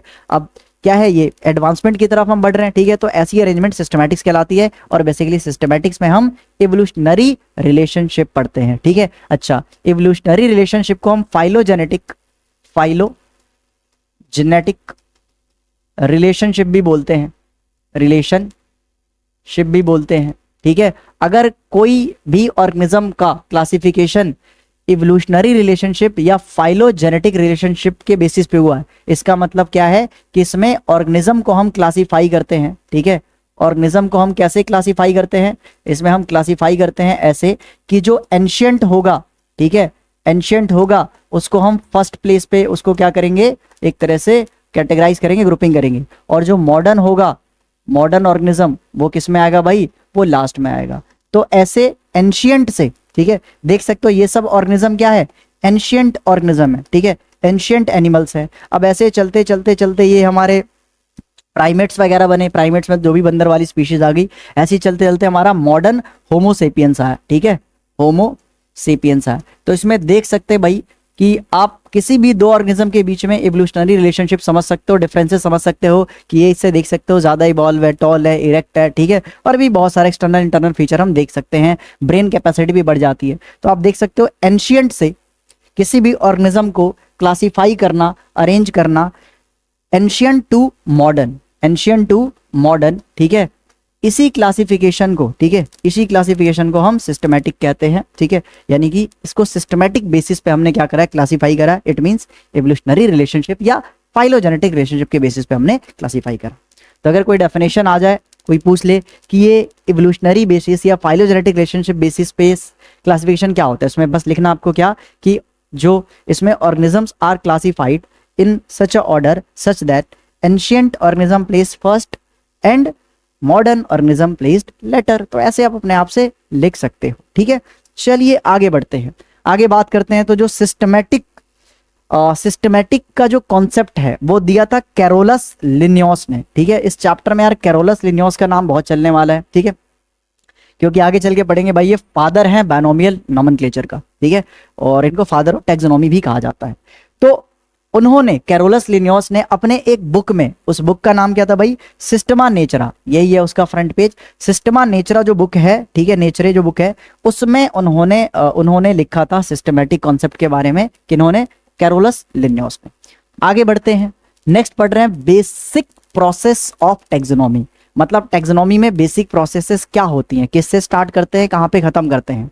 तो सबसे पहला जो होता है, जैसे कि तुमने क्या करा, कहीं भी जंगल में गए और तुम्हें कोई नई स्पीशीज डिस्कवर हुआ, तो पहली बात तो तुम्हें पता कैसे चलेगा कि नई स्पीशीज है, क्योंकि तुम्हें सारा स्पीशीज तो याद नहीं है, बट हाँ उसका रिकॉर्ड, उसका डाटाबेस या तो कंप्यूटर में, नहीं तो लाइब्रेरी वगैरह में, ठीक है, वहां पे सेव्ड है, बुक्स में रखे हैं, ठीक है। तो वहां से आप कंपेयर करके पता कर सकते हो कि तुमने जो स्पीशीज डिस्कवर करी है वो नई है या ऑलरेडी डिस्कवर हो चुकी है। अगर ऑलरेडी डिस्कवर हो चुकी है तो मेहनत खराब, मेहनत बर्बाद, दोबारा डिस्कवरी स्टार्ट करो। तो भाई बेसिकली टैक्सोनॉमी सुनने में जितना आसान प्रोसेस लग रहा, साइंटिस्ट को सालों लग जाते हैं ये सब काम करने में, ठीक है, बहुत ही डिफिकल्ट टास्क है। तो सबसे पहले तो हमने डिस्कवरी करा, लेट सपोज हमने कोई एक्स स्पीशीज डिस्कवर करा जो कि नई है मान लेते हैं, तो सबसे पहले क्या करेंगे, सबसे पहले हम कैरेक्टराइजेशन करेंगे। कैरेक्टराइजेशन में क्या करेंगे, हम उसकी कैरेक्टर्स को नोट डाउन करेंगे, स्टडी करेंगे। अब वो कैरेक्टर्स क्या हो सकते हैं भाई, बहुत से कैरेक्टर्स हो सकते हैं, इंटरनल कैरेक्टर्स हो सकते हैं, ठीक है, इंटरनल हो सकते हैं, एक्सटर्नल हो सकता है, ठीक है, एक्सटर्नल कैसा अपीयरेंस है, कैसा कलर है, ठीक है, प्लांट होगा तो लीफ का साइज क्या, स्ट्रक्चर क्या है, ये सब हो गया, ठीक है, और सेल स्ट्रक्चर की बात होगी, ठीक है, सेल स्ट्रक्चर हो गया। ये सारी चीज को हम स्टडी करते हैं, इसको नोट डाउन करते हैं, ये हो गया कैरेक्टराइजेशन, मतलब कैरेक्टर्स पता करना। जैसे कि कोई लेट सपोज मैमल की स्पीशीज डिस्कवर हुई है, तो उसका पहला कैरेक्टर तो यही ढूंढेंगे कि अगर उसकी फीमेल में वेदर मेमरी ग्लैंड है या नहीं है। अगर मेमरी ग्लैंड है तो मैमल है, तो कैरेक्टर हो गया ना मेमरी ग्लैंड होना। बॉडी पे हेयर है या नहीं है, अगर हेयर है तो मैमल हो गया। तो यही होता है कैरेक्टर्स का पता लगाना। सेकंड बात कर रहे हैं आइडेंटिफिकेशन। अब तुम्हें कैरेक्टर्स पता कर गए कि ठीक है मेरा कोई एक्स स्पीशीज है, उसमें मेरे को ना दो कैरेक्टर पता चले। एक तो इनकी जो फीमेल है उनके पास क्या है, मेमरी ग्लैंड है, उनके पास क्या है बेटा, मेमरी ग्लैंड है, ठीक है। अच्छा, दूसरा जो बात करें हैं, जो इनके मतलब बॉडी पे, ठीक है, बॉडी पे इनके क्या है बेटा, हेयर है, ठीक है। तो ये फीचर, ये कैरेक्टर कहीं ना कहीं मेरे को मैच कर रही है किससे, मैमल से। तो मैं कह सकता हूं आफ्टर आइडेंटिफिकेशन, मैंने आइडेंटिफाई करा, रिकॉर्ड देखे, डाटाबेस में चेक करा जा करके, तो पता चला अच्छा ये जो एक्स वाली स्पीशीज है ना भाई, ये तो मैमल से यार, ठीक है, ये तो मैमल है। तो हमने एक ऐसे करके एक नया स्पीशीज डिस्कवर कर दिया जो कि मैमल है एक, ठीक है। चलिए, तो हमने आइडेंटिफाई भी कर दिया क्या है वो, तो कैरेक्टराइजेशन करेंगे तभी तो आइडेंटिफाई करेंगे। चलिए आगे बात करते हैं क्लासिफिकेशन।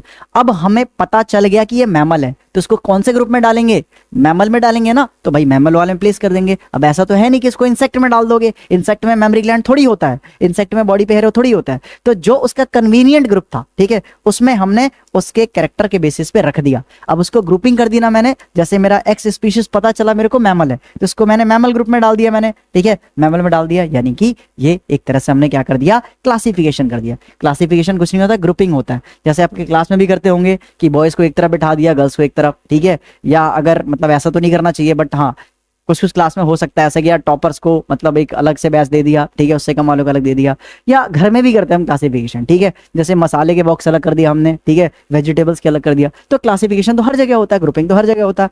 फिर बात करते हैं फोर्थ स्टेप, अगर हमने ग्रुपिंग कर दिया, हमें सब पता चल गया, कैरेक्टर्स पता चल गया, उसको ग्रुपिंग कर दिया मैमल में, ये तब क्या करेंगे, तब उसका नाम असाइन करेंगे, उसको साइंटिफिक नेम देंगे ताकि पूरी दुनिया उसको एक नाम से जान सके। तो वो किस में करेंगे हम, नॉमेनक्लेचर में। नॉमेनक्लेचर का मतलब क्या होता है, to assign scientific name so that by single name whole world can know that species, ठीक है, या दैट स्पीशीज। आगे बात करते हैं कैरेक्टराइजेशन। अभी मैंने समझा दिया कैरेक्टराइजेशन, उसी को एक बार नोट से यहाँ पे लिखा हुआ है जो कि आप नोट डाउन कर सकते हो और रिवाइज कर सकते हो, ठीक है। तो यहाँ पे एकदम बुकिश लैंग्वेज में लिखवा दिया ताकि आपको नोट्स बनाने में दिक्कत ना हो।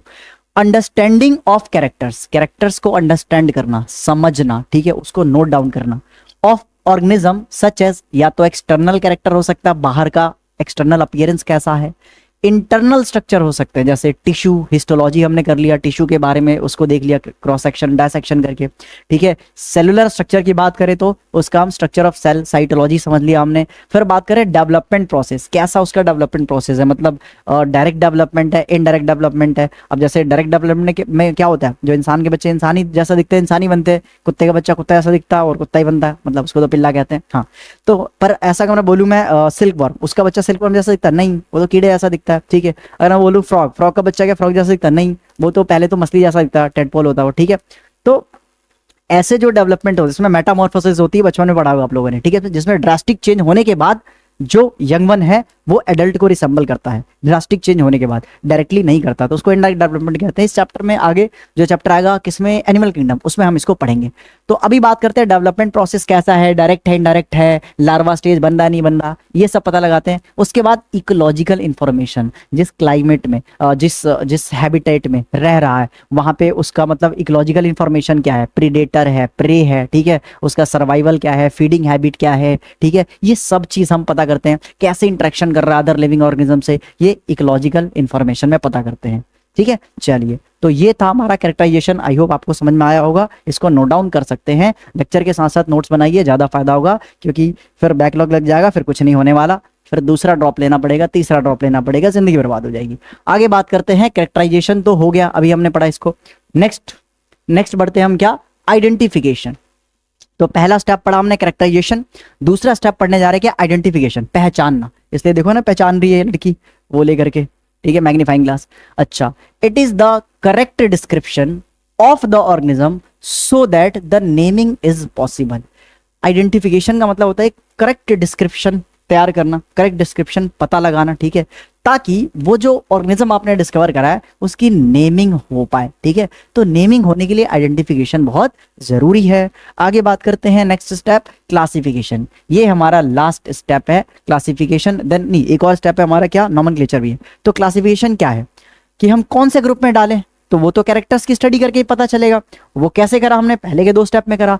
आगे बात करते हैं, it is the grouping of organism, convenient group में डालना। तो it is the grouping of organism into convenient categories. इसको आप ग्रुप भी कह सकते हो, ठीक है, या इसको टैग्जा भी कह सकते हो, ठीक है, बेस्ड ऑन कैरेक्टर्स। कैरेक्टर के बेसिस पे ऑर्गेनिज्म को कन्वीनियंट साइंटिफिक मेथड से ग्रुप में डालना, कैटेगरी में डालना या टैग्जा में डालना, इसी को हम क्या कहते हैं भैया, क्लासिफिकेशन कहते हैं, बांट देना, ठीक है।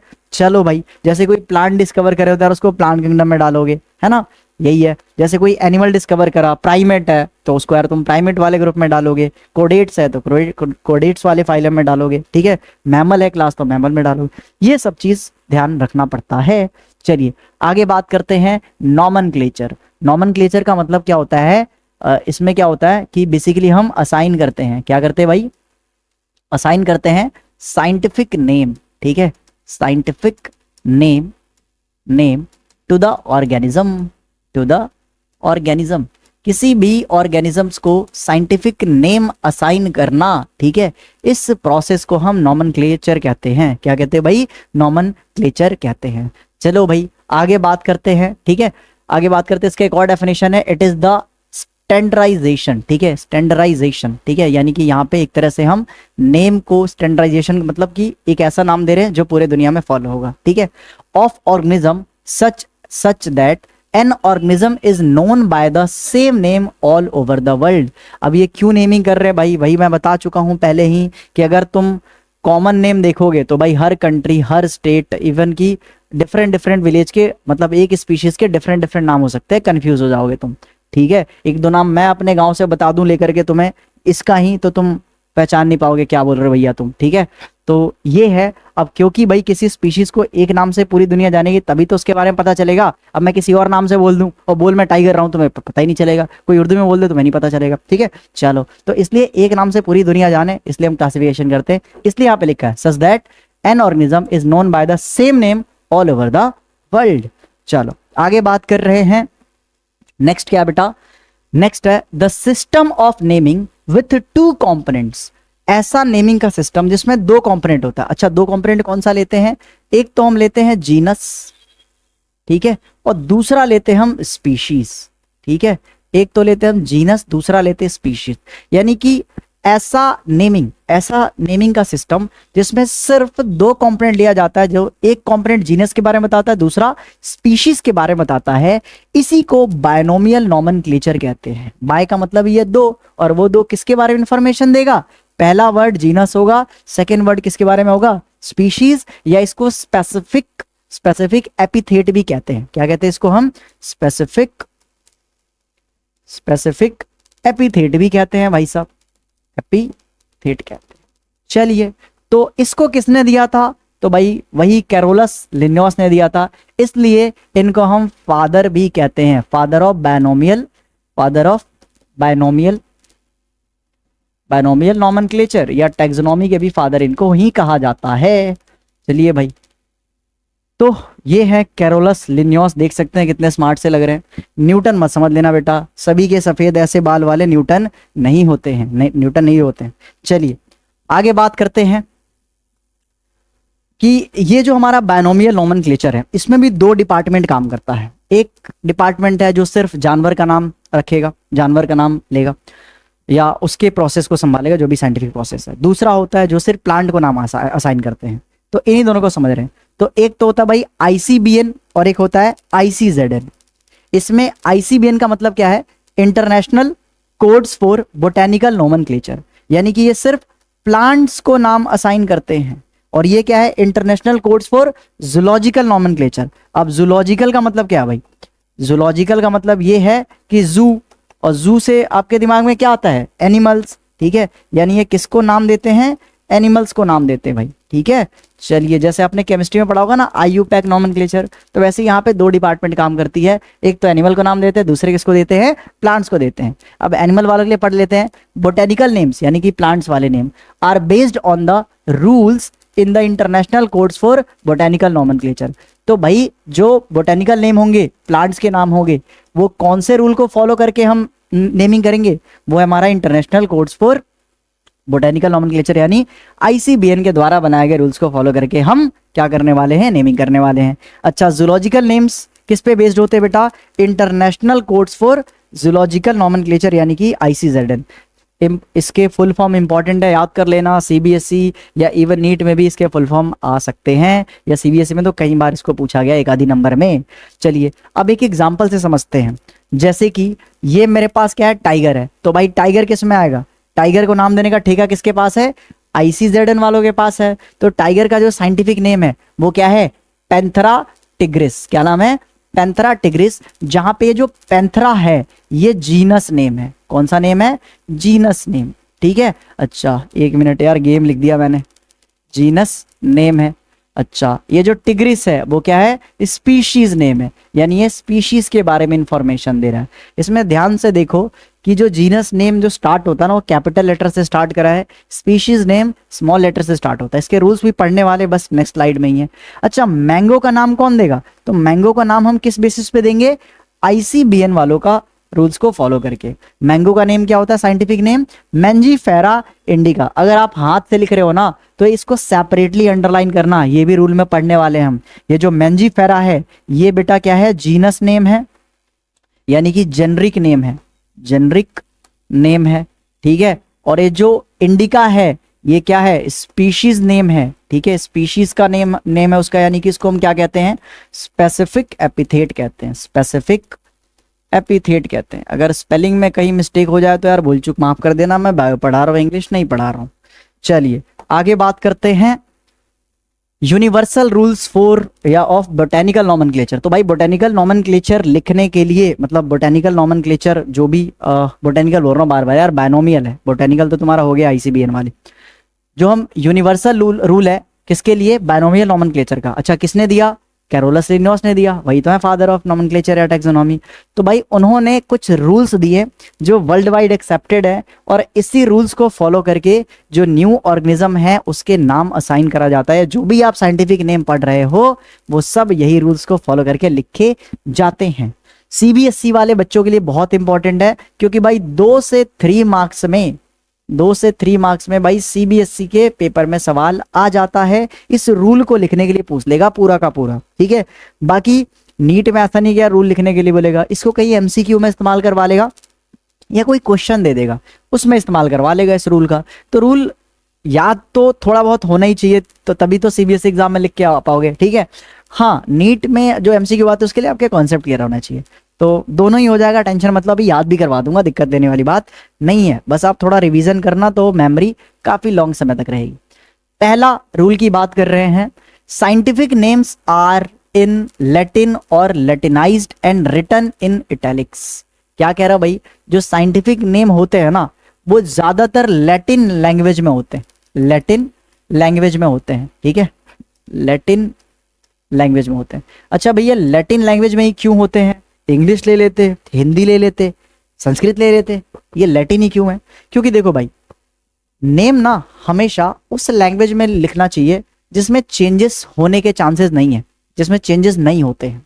अब ये उसी लैंग्वेज में पॉसिबल है जो लैंग्वेज डेड हो चुकी है। डेड क्या? मर चुकी है। डेड से मतलब है कि उसका अब आम भाषा में बोलचाल में इस्तेमाल नहीं होता दुनिया में कहीं भी, ठीक है। तो जो लैटिन वर्ड है, लैटिन जो लैंग्वेज है, ठीक है, लैटिन जो लैंग्वेज है उसका अब मॉडर्न टाइम में कोई इस्तेमाल नहीं करता बोलने में, ठीक है। संस्कृत, इवन संस्कृत का भी थोड़ा बहुत तो इस्तेमाल करते ही हैं, ठीक है। इंग्लिश का तो बहुत ज्यादा है। अब जो लैंग्वेज यूज होगा डेली बेसिस में तो उसमें हर रोज मॉडिफिकेशन, हर रोज चेंजेस, हर रोज नए नए वर्ड्स आते रहेंगे, ठीक है। तो बार बार चेंज होगा तो वो यार कब कॉम्प्लिकेशन करेगा नाम लिखने में, ठीक है। अगर कोई वर्ड का पहले मतलब कुछ और था, एक और वर्ड आ गया उसका सेम मतलब है, तो फिर दिक्कत हो जाएगी। इसलिए डेड लैंग्वेज के इस्तेमाल करते हैं जो मॉडर्न टाइम पे बोलचाल के इस्तेमाल में नहीं हो रहा है, तो लैटिन ही है। तो जो भी साइंटिफिक नेम होते हैं, पहला रूल क्या लिखोगे कि scientific names are written in Latin language, ठीक है। कोई से कुछ इसका रीजन तो नहीं पूछ रहा, बट आपको रीजन मैंने बता दिया कि डेड लैंग्वेज है। अगर आम भाषा के बोलचाल में इस्तेमाल नहीं हो रहा है, इट मीन्स इसमें मॉडिफिकेशन चेंजेस नहीं होंगे। तो पहला रूल क्लियर है, जो साइंटिफिक नेम्स होते हैं वो लैटिन में लिखते हैं। दूसरा, जब हैंड रिटन हाथ से लिखते हैं तो उसको हम क्या करते हैं? सेपरेटली अंडरलाइन करते हैं। एक चीज और ऐड कर दो, एंड प्रिंटेड, अगर हम उसको प्रिंट करवा रहे हैं, जैसे बुक्स लिखवा रहे हैं, तो प्रिंटेड इन इटैलिक्स, उसको हमेशा इटैलिक्स में प्रिंट करवाते हैं। इटैलिक्स मतलब वो जो लेटर को ऐसे इटैलिक कर देता ना, फोन में आपके सिस्टम होगा इटैलिक्स करने का, टेढ़ा कर देना, ठीक है। तो इटैलिक्स अगर प्रिंटेड होगा तो इटैलिक्स में, हैंड रिटन होगा तो सेपरेटली अंडरलाइन। एग्जाम्पल, इसका एग्जाम्पल ये है कि जैसे मैं लिख रहा हूं ह्यूमन का साइंटिफिक नेम क्या होता है? होमो सेपियंस, होमो सेपियंस। मैंने जानबूझ के जीनस नेम कैपिटल रखा, स्पीशीज नेम क्या रखा? स्मॉल। अभी इसमें पढ़ने वाले। तो जब मैं हाथ से लिख रहा हूं साइंटिफिक नेम तो इसको सेपरेटली अंडरलाइन करो, सेपरेटली क्या करो? अंडरलाइन करो। और जब प्रिंट करवा रहे तो इसको इटैलिक्स में प्रिंट करवाता। आगे बात करते हैं, 2 रूल क्लियर है। तीसरा रूल, जो फर्स्ट वर्ड होता है वो जीनस होता है, इसको हम जेनरिक नेम कहते हैं, जो बार बार मैं बताया आ रहा हूं। और जो सेकेंड वर्ड होता है वो स्पीशीज नेम होता है, जिसको स्पेसिफिक एपिथेट कहते हैं, जो स्पीशीज के बारे में इंफॉर्मेशन देता है। फोर्थ होता है जीनस नेम। जीनस नेम जो होता है स्टार्ट होता है कैपिटल लेटर से। जीनस नेम किससे स्टार्ट होता है? कैपिटल लेटर से। देख सकते हो भाई, जो हमारा जीनस नेम है भाई वो किससे स्टार्ट करी है मैंने? कैपिटल लेटर से। और जो स्पीशीज नेम है वो किससे स्टार्ट होता है? स्पीशीज नेम स्टार्ट होता है किससे? स्मॉल लेटर से। तो स्पीशीज नेम किससे स्टार्ट हो रहा है? स्मॉल लेटर से। तो 4 रूल क्लियर है। पहला रूल क्या था कि साइंटिफिक नेम्स यानी कि बायोलॉजिकल नेम, साइंटिफिक नेम एक ही बात है। जो बायोलॉजिकल नेम या जो साइंटिफिक नेम होते हैं वो कौन से लैंग्वेज में लिखते हैं? जल्दी बोलो। लैटिन में। क्यों? लैटिन डेड लैंग्वेज होता है। दूसरा, जब हम इसको हाथ से लिखते हैं, if it is hand written, तो उसको हम सेपरेटली अंडरलाइन करते हैं, और अगर प्रिंट कर रहे हैं तो इटैलिक्स में कर रहे हैं। तीसरा रूल क्या है? जो फर्स्ट वर्ड होता है जीनस होता है, यानी कि जेनेरिक नेम जीनस के बारे में इंफॉर्मेशन देता है। सेकंड वर्ड किसके बारे में देता है? स्पीशीज के बारे में, यानी कि स्पेसिफिक एपिथेट के बारे में बताता है। फोर्थ क्या है? जीनस नेम स्टार्ट हो रहा है कैपिटल लेटर से और स्पीशीज नेम स्टार्ट हो रहा है स्मॉल लेटर से। तो 4 रूल याद हो गए। 5वां तो बच्चों वाला है यार। 5वां रूल क्या है यार? अब मान के चलो तुमने डिस्कवरी करी है तो क्रेडिट तो लोगे ना, तुमने इतनी मेहनत करी है तो क्रेडिट तो बिल्कुल लोगे, तो अपना नाम लगा दोगे इसके पीछे। तो बिल्कुल यहाँ पे भी ऐसे ही करा जाता है कि ऑथर्स नेम जो होते हैं उनको एब्रीविएशन फॉर्म में लिखा जाता है। अब ऐसा नहीं तुम्हारा नाम इतना बड़ा, जैसे अपना मैं नाम लिखूं पूरा अमन कुमार मिश्रा, इतना बड़ा नाम लिख दियो, साइंटिफिक नेम ही ऑलरेडी इतना बड़ा है और भी तुम अपना नाम लिख दिए, कौन ही पड़ेगा? याद ही को किसी से नहीं होगा। तो इसलिए जो अपना नाम होता है एब्रीवेटेड फॉर्म में, एब्रिएशन के फॉर्म में लिखते हैं, appears at the end of the biological name. अब जैसे कि एक एग्जाम्पल से समझा रहा हूं आपको मैं। एग्जाम्पल है मैंगो, मतलब मैंगो का एग्जाम्पल लेके साइंटिफिक नेम लिख रहा हूं। मैंगो का साइंटिफिक नेम क्या है? कोई बता सकता है कमेंट में? जल्दी बता दो अगर किसी को पता है तो। मेंजीफेरा इंडिका, अभी बताया था मैंने, Mangifera indica, Mangifera indica. M देख रहे हो कैपिटल है, अच्छा हाथ से लिख रहा हूं तो अंडरलाइन कर दिया मैंने। स्पीशीज नेम देख रहे हो स्मॉल है, ठीक है। अब लास्ट क्या था? मतलब साइंटिस्ट का नाम लिखना है। तो किसने डिस्कवर करा नाम? सुनने में लग रहा है यार इंडिया में किसी ने डिस्कवर करा होगा, ऐसा नहीं है। इसकी जो डिस्कवरी करा है कैरोलस लिन्योस ने करा है। अब क्योंकि कैरोलस लिन्योस ने करा है तो LINN लगा सकते हो, लिन हो गया। यह पूरा नाम नहीं लिखना होता है, एब्रिएटेड फॉर्म में लिखना होता है, एब्रिएशन में लिखना होता है, ठीक है। चलिए, तो ये थे बस 5 रूल, इतना आसान था, याद कर सकते हो। 3 नंबर फ्री के मिल जाएंगे भाई साहब CBSE में। तो यार क्योंकि हम नीट CBSE दोनों का तैयारी कर रहे हैं, ठीक है, सो इसलिए आपको प्रॉपर नोट्स बनाने हैं जो CBSE के लिए इंपॉर्टेंट होगा, मैं ऐसे ही आपको बता दिया करूंगा। आगे बात करते हैं टैक्सोनॉमिकल कैटेगरीज। अब ये टैक्सोनॉमिकल कैटेगरीज क्या होता है? तो जो डिफरेंट ग्रुप में हमने क्लासिफिकेशन करा ऑर्गेनिज्म का, उन्हीं ग्रुप को असेंडिंग या डिसेंडिंग ऑर्डर में अरेंज करना, एक हायरार्की में अरेंज करना ही क्या कहलाता है? टैक्सोनॉमिकल कैटेगरीज कहलाते हैं। बेसिकली टैक्सोनॉमिकल कैटेगरीज क्या है? जैसे स्पीशीज है, ये अपने आप में कैटेगरी हो गया, जीनस है, फैमिली है, ऑर्डर है, class, phylum, kingdom, domain, life. इस चैप्टर में तो आपको सिर्फ यहीं तक पढ़ना है, कहां तक? किंगडम, उसके बाद आता है फाइलम, प्लांट के लिए इस्तेमाल होता है भाई साहब डिवीजन, किंगडम, फाइलम, उसके बाद क्या आता है? Class, kingdom, phylum, class, order, family, genus, species. I hope 9वीं क्लास से आपको ये चीज याद होगा। अच्छा, 9th में चैप्टर को डिलीट कर दिया गया लॉकडाउन के बाद, कोई बात नहीं, यहाँ पे याद कर लो। तो kingdom, phylum, class, order, family, genus, species, family, genus, species. तो भाई ये देखो, ये हमने जो, ये बेसिकली है क्या? टैक्सोनॉमिकल कैटेगरीज हैं, एक अपने आप में कैटेगरी है। अब इन्हीं कैटेगरी को असेंडिंग या डिसेंडिंग ऑर्डर में अरेंज करना टैक्सोनॉमिकल हायरार्की कहते हैं। तो यहाँ पे एक वर्ड आएगा क्या कि classification involves hierarchy of steps, ठीक है, in which each step represent a taxonomic category, जिनमें से ईच स्टेप, जैसे कि मान के चलो ऑर्डर है, तो ऑर्डर एक क्या है? ऑर्डर एक टैक्सोनॉमिकल कैटेगरी है, या इसको एक और नाम से जानते हैं, इसको आप रैंक भी बोल सकते हो या इसको आप एक टैक्सॉन भी बोल सकते हो। अच्छा, इन सबको बोलूंगा तो कैटेगरीज हो जाएगा, यानी कि क्या हो जाएगा? टैक्सा हो जाएगा। अगर इन सबको साथ में लेके बोल रहा हूं तो मैं क्या बोलूंगा? टैक्सा। टैक्सा प्लूरल हो गया, जिसमें सारे ग्रुप, सारे कैटेगरीज कवर हो गए हैं। तो टैक्सा क्या होता है, टैक्सॉन क्या होता है, रैंक क्या होता है, समझ में आया भाई? देखो, रैंक, टैक्सॉन, टैक्सोनॉमिकल कैटेगरी एक ही बात है। अब एस लगा दे रहे हैं मतलब सबको ले रहे हैं, ठीक है। ऐसी टेक्सा बोल दे रहे हैं तो सारे ग्रुप को एक साथ ले रहे हैं। आई होप आपको समझ में आया होगा। आगे बढ़ते हैं। ऑल कैटेगरीज टुगेदर कंस्टिट्यूट्स अ टैक्सोनॉमिक हायरार्की। ये सारे ग्रुप जो एक प्रॉपर ऑर्डर में अरेंज है, असेंडिंग या डिसेंडिंग, ऊपर से नीचे आते तो डिसेंडिंग होता है, नीचे से ऊपर जाते हैं असेंडिंग। असेंडिंग यहाँ पे पॉपुलेशन के बेसिस पे कह रहा हूं मैं, ठीक है। तो क्योंकि ऊपर से नीचे आ रहे तो ये जो मैंने एक तरह से हायरार्की बनाई है, ये क्या है, असेंडिंग है डिसेंडिंग है, तो ये डिसेंडिंग है। जब नीचे से ऊपर जाऊंगा तो असेंडिंग हो जाएगा, ठीक है। तो बेसिकली जितने जो कैटेगरीज हैं, जितने जो टैक्सा हैं, ठीक है, इनको टुगेदर मिल करके, साथ में मिल करके क्या बनाते हैं, टैक्सोनॉमिक हायरार्की बनाते हैं। क्या बनाते हैं, टैक्सोनॉमिक हायरार्की। अब क्या होता है टैक्सोनॉमिक हायरार्की, तो it is the arrangement of taxa और टैक्सोनॉमिकल कैटेगरीज इन अ असेंडिंग और डिसेंडिंग ऑर्डर। डेफिनेशन लिख सकते हो टैक्सोनॉमिक हायरार्की का, नहीं लिख सकते हो तो भी मैं लिखवा दूंगा, टेंशन ना लो।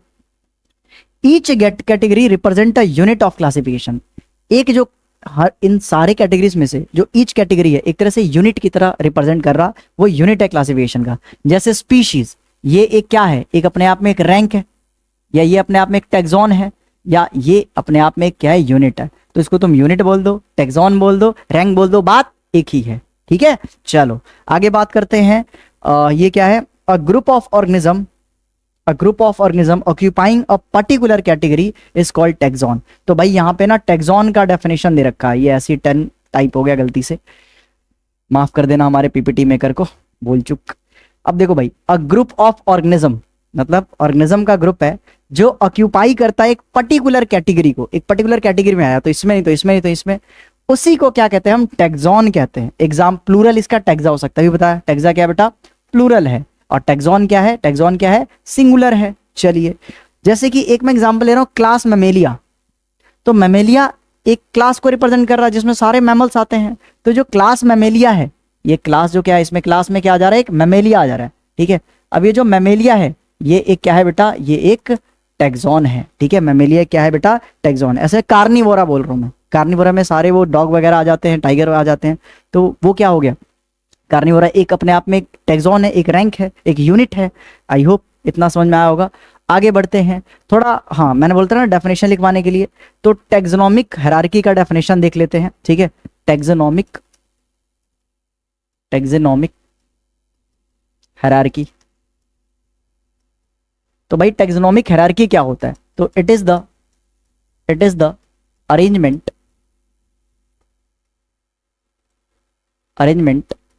of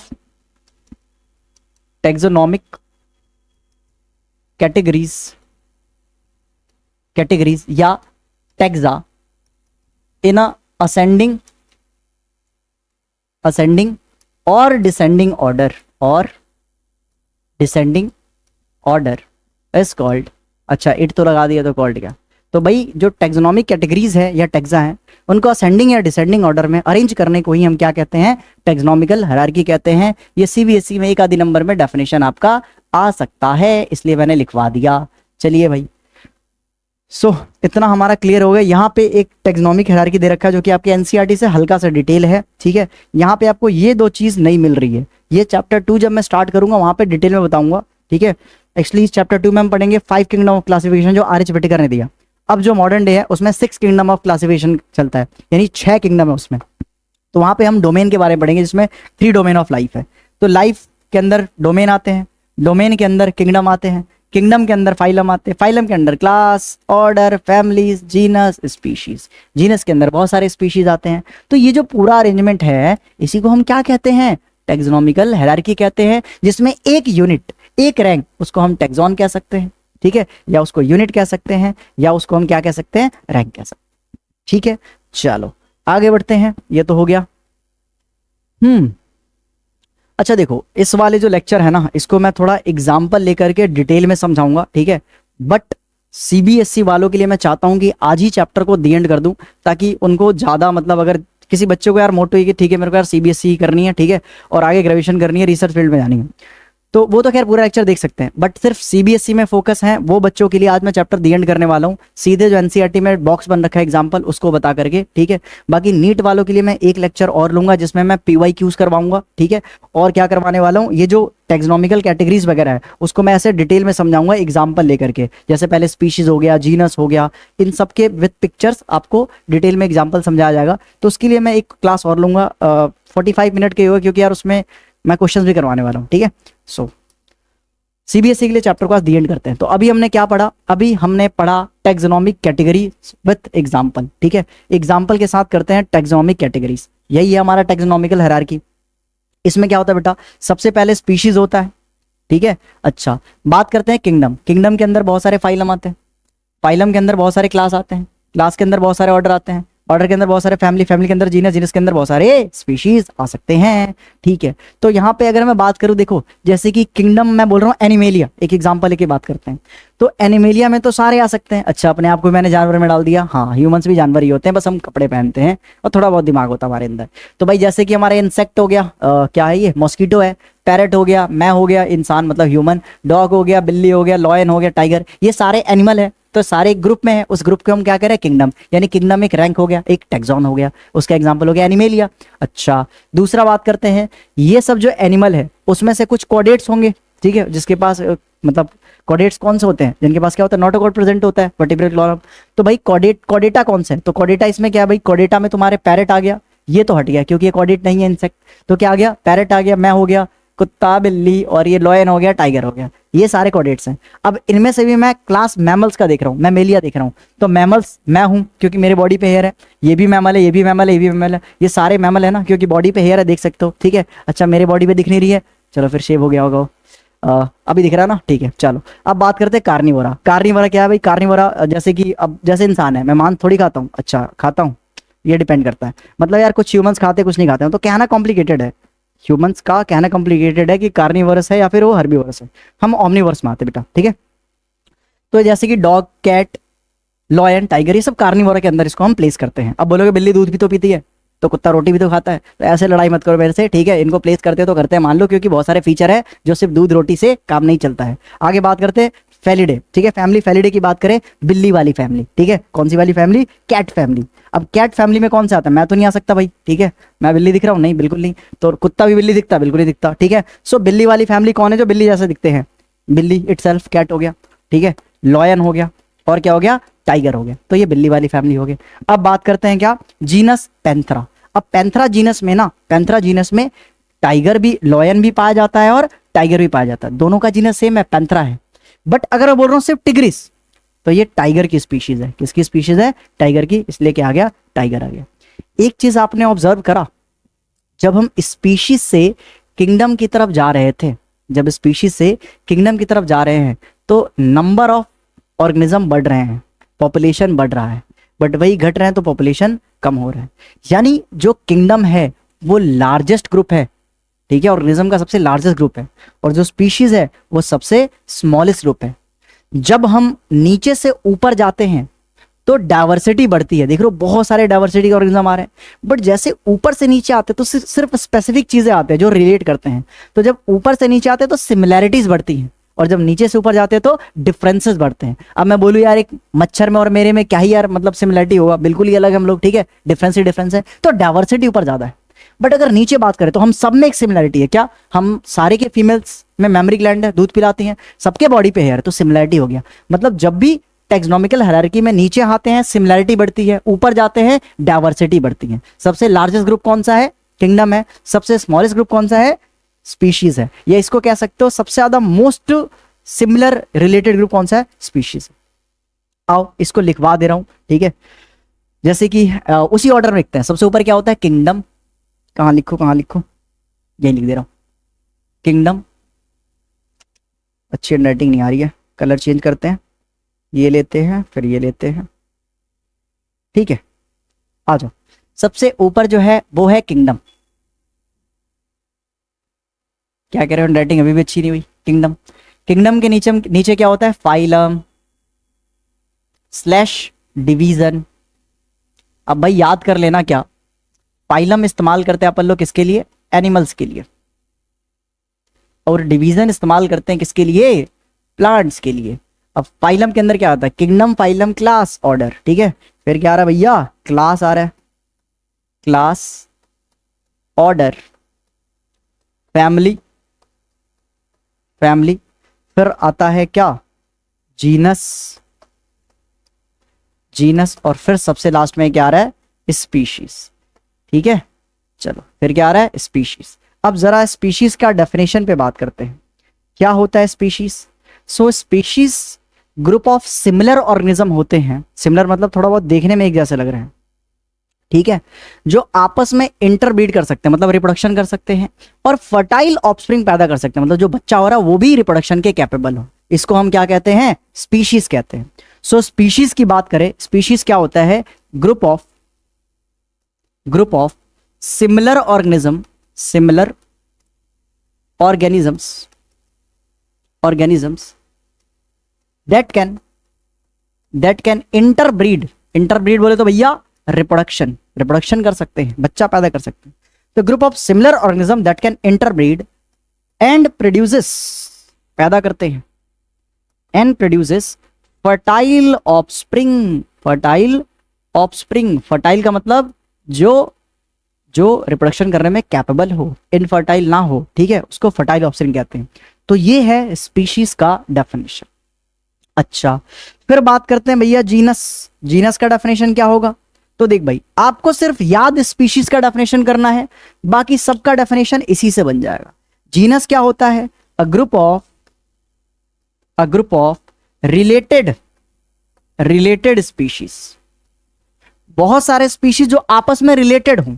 जैसे कि देखो, ये जो लॉयन है, टाइगर है, लॉयन टाइगर आपस में रिलेटेड है, तो सेम जीनस में आया है। किस में आया है, सेम जीनस में आया है। आ रहा समझ में।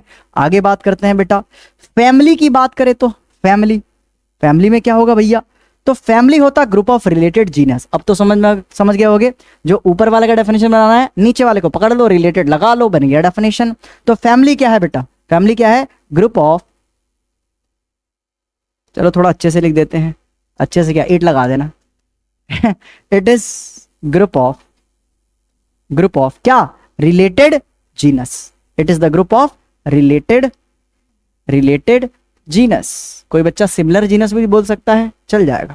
अब बात करते हैं ऑर्डर, ऑर्डर क्या है भैया, ऑर्डर क्या है, बताओ, ग्रुप ऑफ रिलेटेड फैमिलीज, क्योंकि बहुत सारे फैमिलीज आ रहे हैं। अच्छा देखो, एक एग्जांपल देख लो किसका, फैमिली का। इन सब में कुछ सिमिलैरिटी है, बिल्ली वाली फैमिली है, इसलिए ये सारे जीनस कौन से थे, पैंथरा, ये भी पैंथरा, मतलब ये सॉरी, ये दोनों पैंथरा है और ये तो अलग जीनस हो गया, बट इनका एक कॉमन कैरेक्टरिस्टिक फीचर है, ये किसके अंदर आते हैं, एक सेम फैमिली के अंदर आ रहे हैं। तो ग्रुप ऑफ रिलेटेड जीनस किसके अंदर आ रहे हैं, सेम फैमिली के अंदर आ रहे हैं, इसलिए फैमिली का डेफिनेशन क्या होता है, ग्रुप ऑफ रिलेटेड जीनस। ऐसी बहुत सारे फैमिली जो एक जैसे एक दूसरे को रिसेंबल करती हैं, वो किसके अंदर आती हैं, ऑर्डर में आती हैं। तो इसलिए जैसे देख सकते हो, ऑर्डर में कौन से आ रहे हैं, ग्रुप ऑफ रिलेटेड फैमिलीज। जैसे कि देखो, ये कुत्ता हो गया, बिल्ली हो गया, लॉयन, ये सब ये ग्रुप ऑफ रिलेटेड, मतलब ये सारे के सारे क्या हैं, देखा जाए तो कार्निवोरा है, सारे कार्निवोरा है, तो एक ऑर्डर में आगे से, ठीक है। तो यही बात मैं बताना चाह रहा हूं कि ऑर्डर क्या होता है, ग्रुप ऑफ रिलेटेड क्या, फैमिलीज। चलिए अब बात करते हैं नेक्स्ट, क्लास क्या होगा बेटा, group of related orders, group of related orders, ठीक है। ऐसे ही क्लास के बाद क्या आएगा, फाइलम, इसमें सारे ऑर्डर, सारे क्लास एक जैसे आ जाते ऊपर, ठीक है। तो इसमें क्या होगा बेटा, ग्रुप ऑफ रिलेटेड क्लासेस, ठीक है। अच्छा, ऐसी किंगडम तो सबसे लार्जेस्ट ग्रुप है, ठीक है, लार्जेस्ट ग्रुप है बेटा, ठीक है, लार्जेस्ट ग्रुप है, क्योंकि भाई इसमें नंबर ऑफ पॉपुलेशन, जो पॉपुलेशन है बेसिकली ऑर्गेनिज्म की पॉपुलेशन है, बहुत हाई है, ठीक है। ऑर्गेनिजम्स की जो पॉपुलेशन है, नंबर है, वो बहुत ज़्यादा हाई है, और डाइवर्सिटी बोले तो वैरायटी, डाइवर्सिटी भी बहुत ज़्यादा हाई है। ऊपर में किंगडम में डाइवर्सिटी सबसे ज़्यादा होता है, स्पीशीज में सिमिलैरिटी सबसे ज़्यादा होता है, सिमिलैरिटीज सबसे ज़्यादा होता है, ठीक है। सिमिलैरिटीज की स्पेलिंग सही कर लेना भाई, ठीक है, सिमिलैरिटीज सबसे ज़्यादा होता है। अच्छा, किंगडम का डेफिनेशन तो बताया नहीं भैया, वही तो है, ग्रुप ऑफ रिलेटेड फाइला या divisions, group of related phyla या divisions, group of related phyla या डिविजन्स। ठीक है, सो इन सब का डेफिनेशन आपको याद हो चुका है। अब बात करते हैं क्या, थोड़ा तीर चलाने जा रहे हैं हम, आइए तीर चलाते हैं। जब भी भैया जी हम नीचे से ऊपर जाते हैं, जब भी हम क्या करते हैं, नीचे से ऊपर जाते हैं, तो क्या होता है, सिमिलैरिटी बढ़ता है या डाइवर्सिटी, डाइवर्सिटी बढ़ता है। ठीक है, यहाँ पे डाइवर्सिटी क्या हो रहा है, बढ़ रहा है, डाइवर्सिटी बढ़ रहा है, बट सिमिलैरिटी घट रहा है, सिमिलैरिटी घट रहा है। वही अगर उल्टा कर रहे हैं, वही क्या कर रहे हैं भाई साहब, अगर उल्टा कर रहे हैं हम, ऊपर से नीचे आ रहे हैं, ऊपर से क्या आ रहे हैं, नीचे आ रहे हैं, तो क्या होगा, इस बार सिमिलैरिटीज बढ़ेंगी, सिमिलैरिटीज सिमिलैरिटीज बढ़ेंगी और डाइवर्सिटी वैरायटी घटेंगी, डाइवर्सिटीज डाइवर्सिटी घटेगी। आया समझ में? तो भाई इस पे, इस कॉन्सेप्ट पे भी सवाल आ सकता है। चलो अब एक एग्जाम्पल लेकर के इसको कंप्लीट करते हैं जरा। वो एनसीईआरटी का टेबल है जो कि बहुत ज़्यादा इंपॉर्टेंट है, इसको आपको याद करना पड़ेगा, कोई चॉइस है ही नहीं, चाहे वो सीबीएसई है चाहे वो नीट हो, आपको याद करना पड़ेगा, इससे सवाल आएगा, आते रहता है, चेक कर सकते हो पीवाईक्यूज। ठीक है, सो बहुत इंपॉर्टेंट है, वेरी इंपॉर्टेंट। ठीक है, इसको भाई दिल से याद करो, ठीक है, दिल से याद करो, लर्न बाय हार्ट। चलो टैक्सोनॉमिक कैटेगरीज की बात करें भाई, तो कुछ एग्जांपल जो एनसीईआरटी दिया है उसको याद करना पड़ेगा। जैसे कि कुछ कॉमन नेम लिख रहा हूँ, मैन, हाँ भाई मैन में मैं ही दिख रहा हूँ, अब तुम लोगों की फोटो तो मिली नहीं, पता भी नहीं है कौन कौन पढ़ रहा है, कौन कौन देख रहा है लेक्चर, तो मैन अपना लगा सकते हैं, यहाँ पे अपना पिक्चर लगा सकते हैं। बाकी ये समझने के लिए आप नोट्स तो यार जो लिखा वो बनाओगे, डायग्राम थोड़ी बना लोगे, ठीक है, वो जस्ट समझने के लिए था, विजुअलाइजेशन के लिए था। अब मैन की बात करें तो बायोलॉजिकल नेम क्या, होमोसेपियंस, देखो एच कैपिटल एस स्मॉल। ठीक है, अच्छा, जिसमें होमो क्या है बेटा, जीनस है, सेपियंस क्या है, स्पीशीज है, सेपियंस क्या है बेटा, स्पीशीज है, होमो है जीनस, सेपियंस है स्पीशीज। फैमिली की बात करें इंसान का तो क्या है, होमोनिडाई है। ऑर्डर क्या है, हम प्राइमाटा है। क्लास में हम क्या है, मैमल्स है। फाइलम में क्या हम लोग, कॉर्डेटा है, हम लोग कॉर्डेट्स हैं। ठीक है, कॉर्डेट्स हैं, मतलब कॉर्डेट्स में सबसे ज्यादा इवॉल्व आते हैं, जो कि हम भी आते हैं। ठीक है, हम भी कॉर्डेट्स में आते हैं। आगे बात करते हैं हाउस फ्लाई। हाउस फ्लाई का साइंटिफिक नेम क्या, मस्का डोमेस्टिका, जहां पे डोमेस्टिका क्या है, डोमेस्टिका क्या है बेटा, स्पीशीज नेम है। ठीक है, तो स्पीशीज की इंफॉर्मेशन ये बता रहा हूँ, जीनस से दे रखा कहानी, जीनस उसका होता मस्का, फैमिली म्यूसिडिया है। एक शॉर्ट ट्रिक बता रहा हूँ, मैं भी बहुत इस्तेमाल करता था इसको, ये ए लास्ट में आ जाना, समझ जाना किसके बारे में बात कर रहा है, फैमिली। तो होमोनिडाई, क्या होमिनिडे, म्यूसिडे या एनकाडेशिए या फिर आ रहा पोशिए, ये जो आ रहा है ना, समझ लेना किसके बारे में, फैमिली के बारे में। तो इससे आप थोड़ा याद करने में आसानी होगी। ऑर्डर की बात करें तो डिप्टेरा, 2 पंख अटैच होते हैं। इंसेक्टा क्लास हो गया, इंसेक्ट्स हैं। आर्थ्रोपोडा, आर्थ्रो का मतलब पता क्या होता है भाई, आर्थ्रो मतलब होता है क्या, आर्थ्रो मतलब क्या होता है, जॉइंट।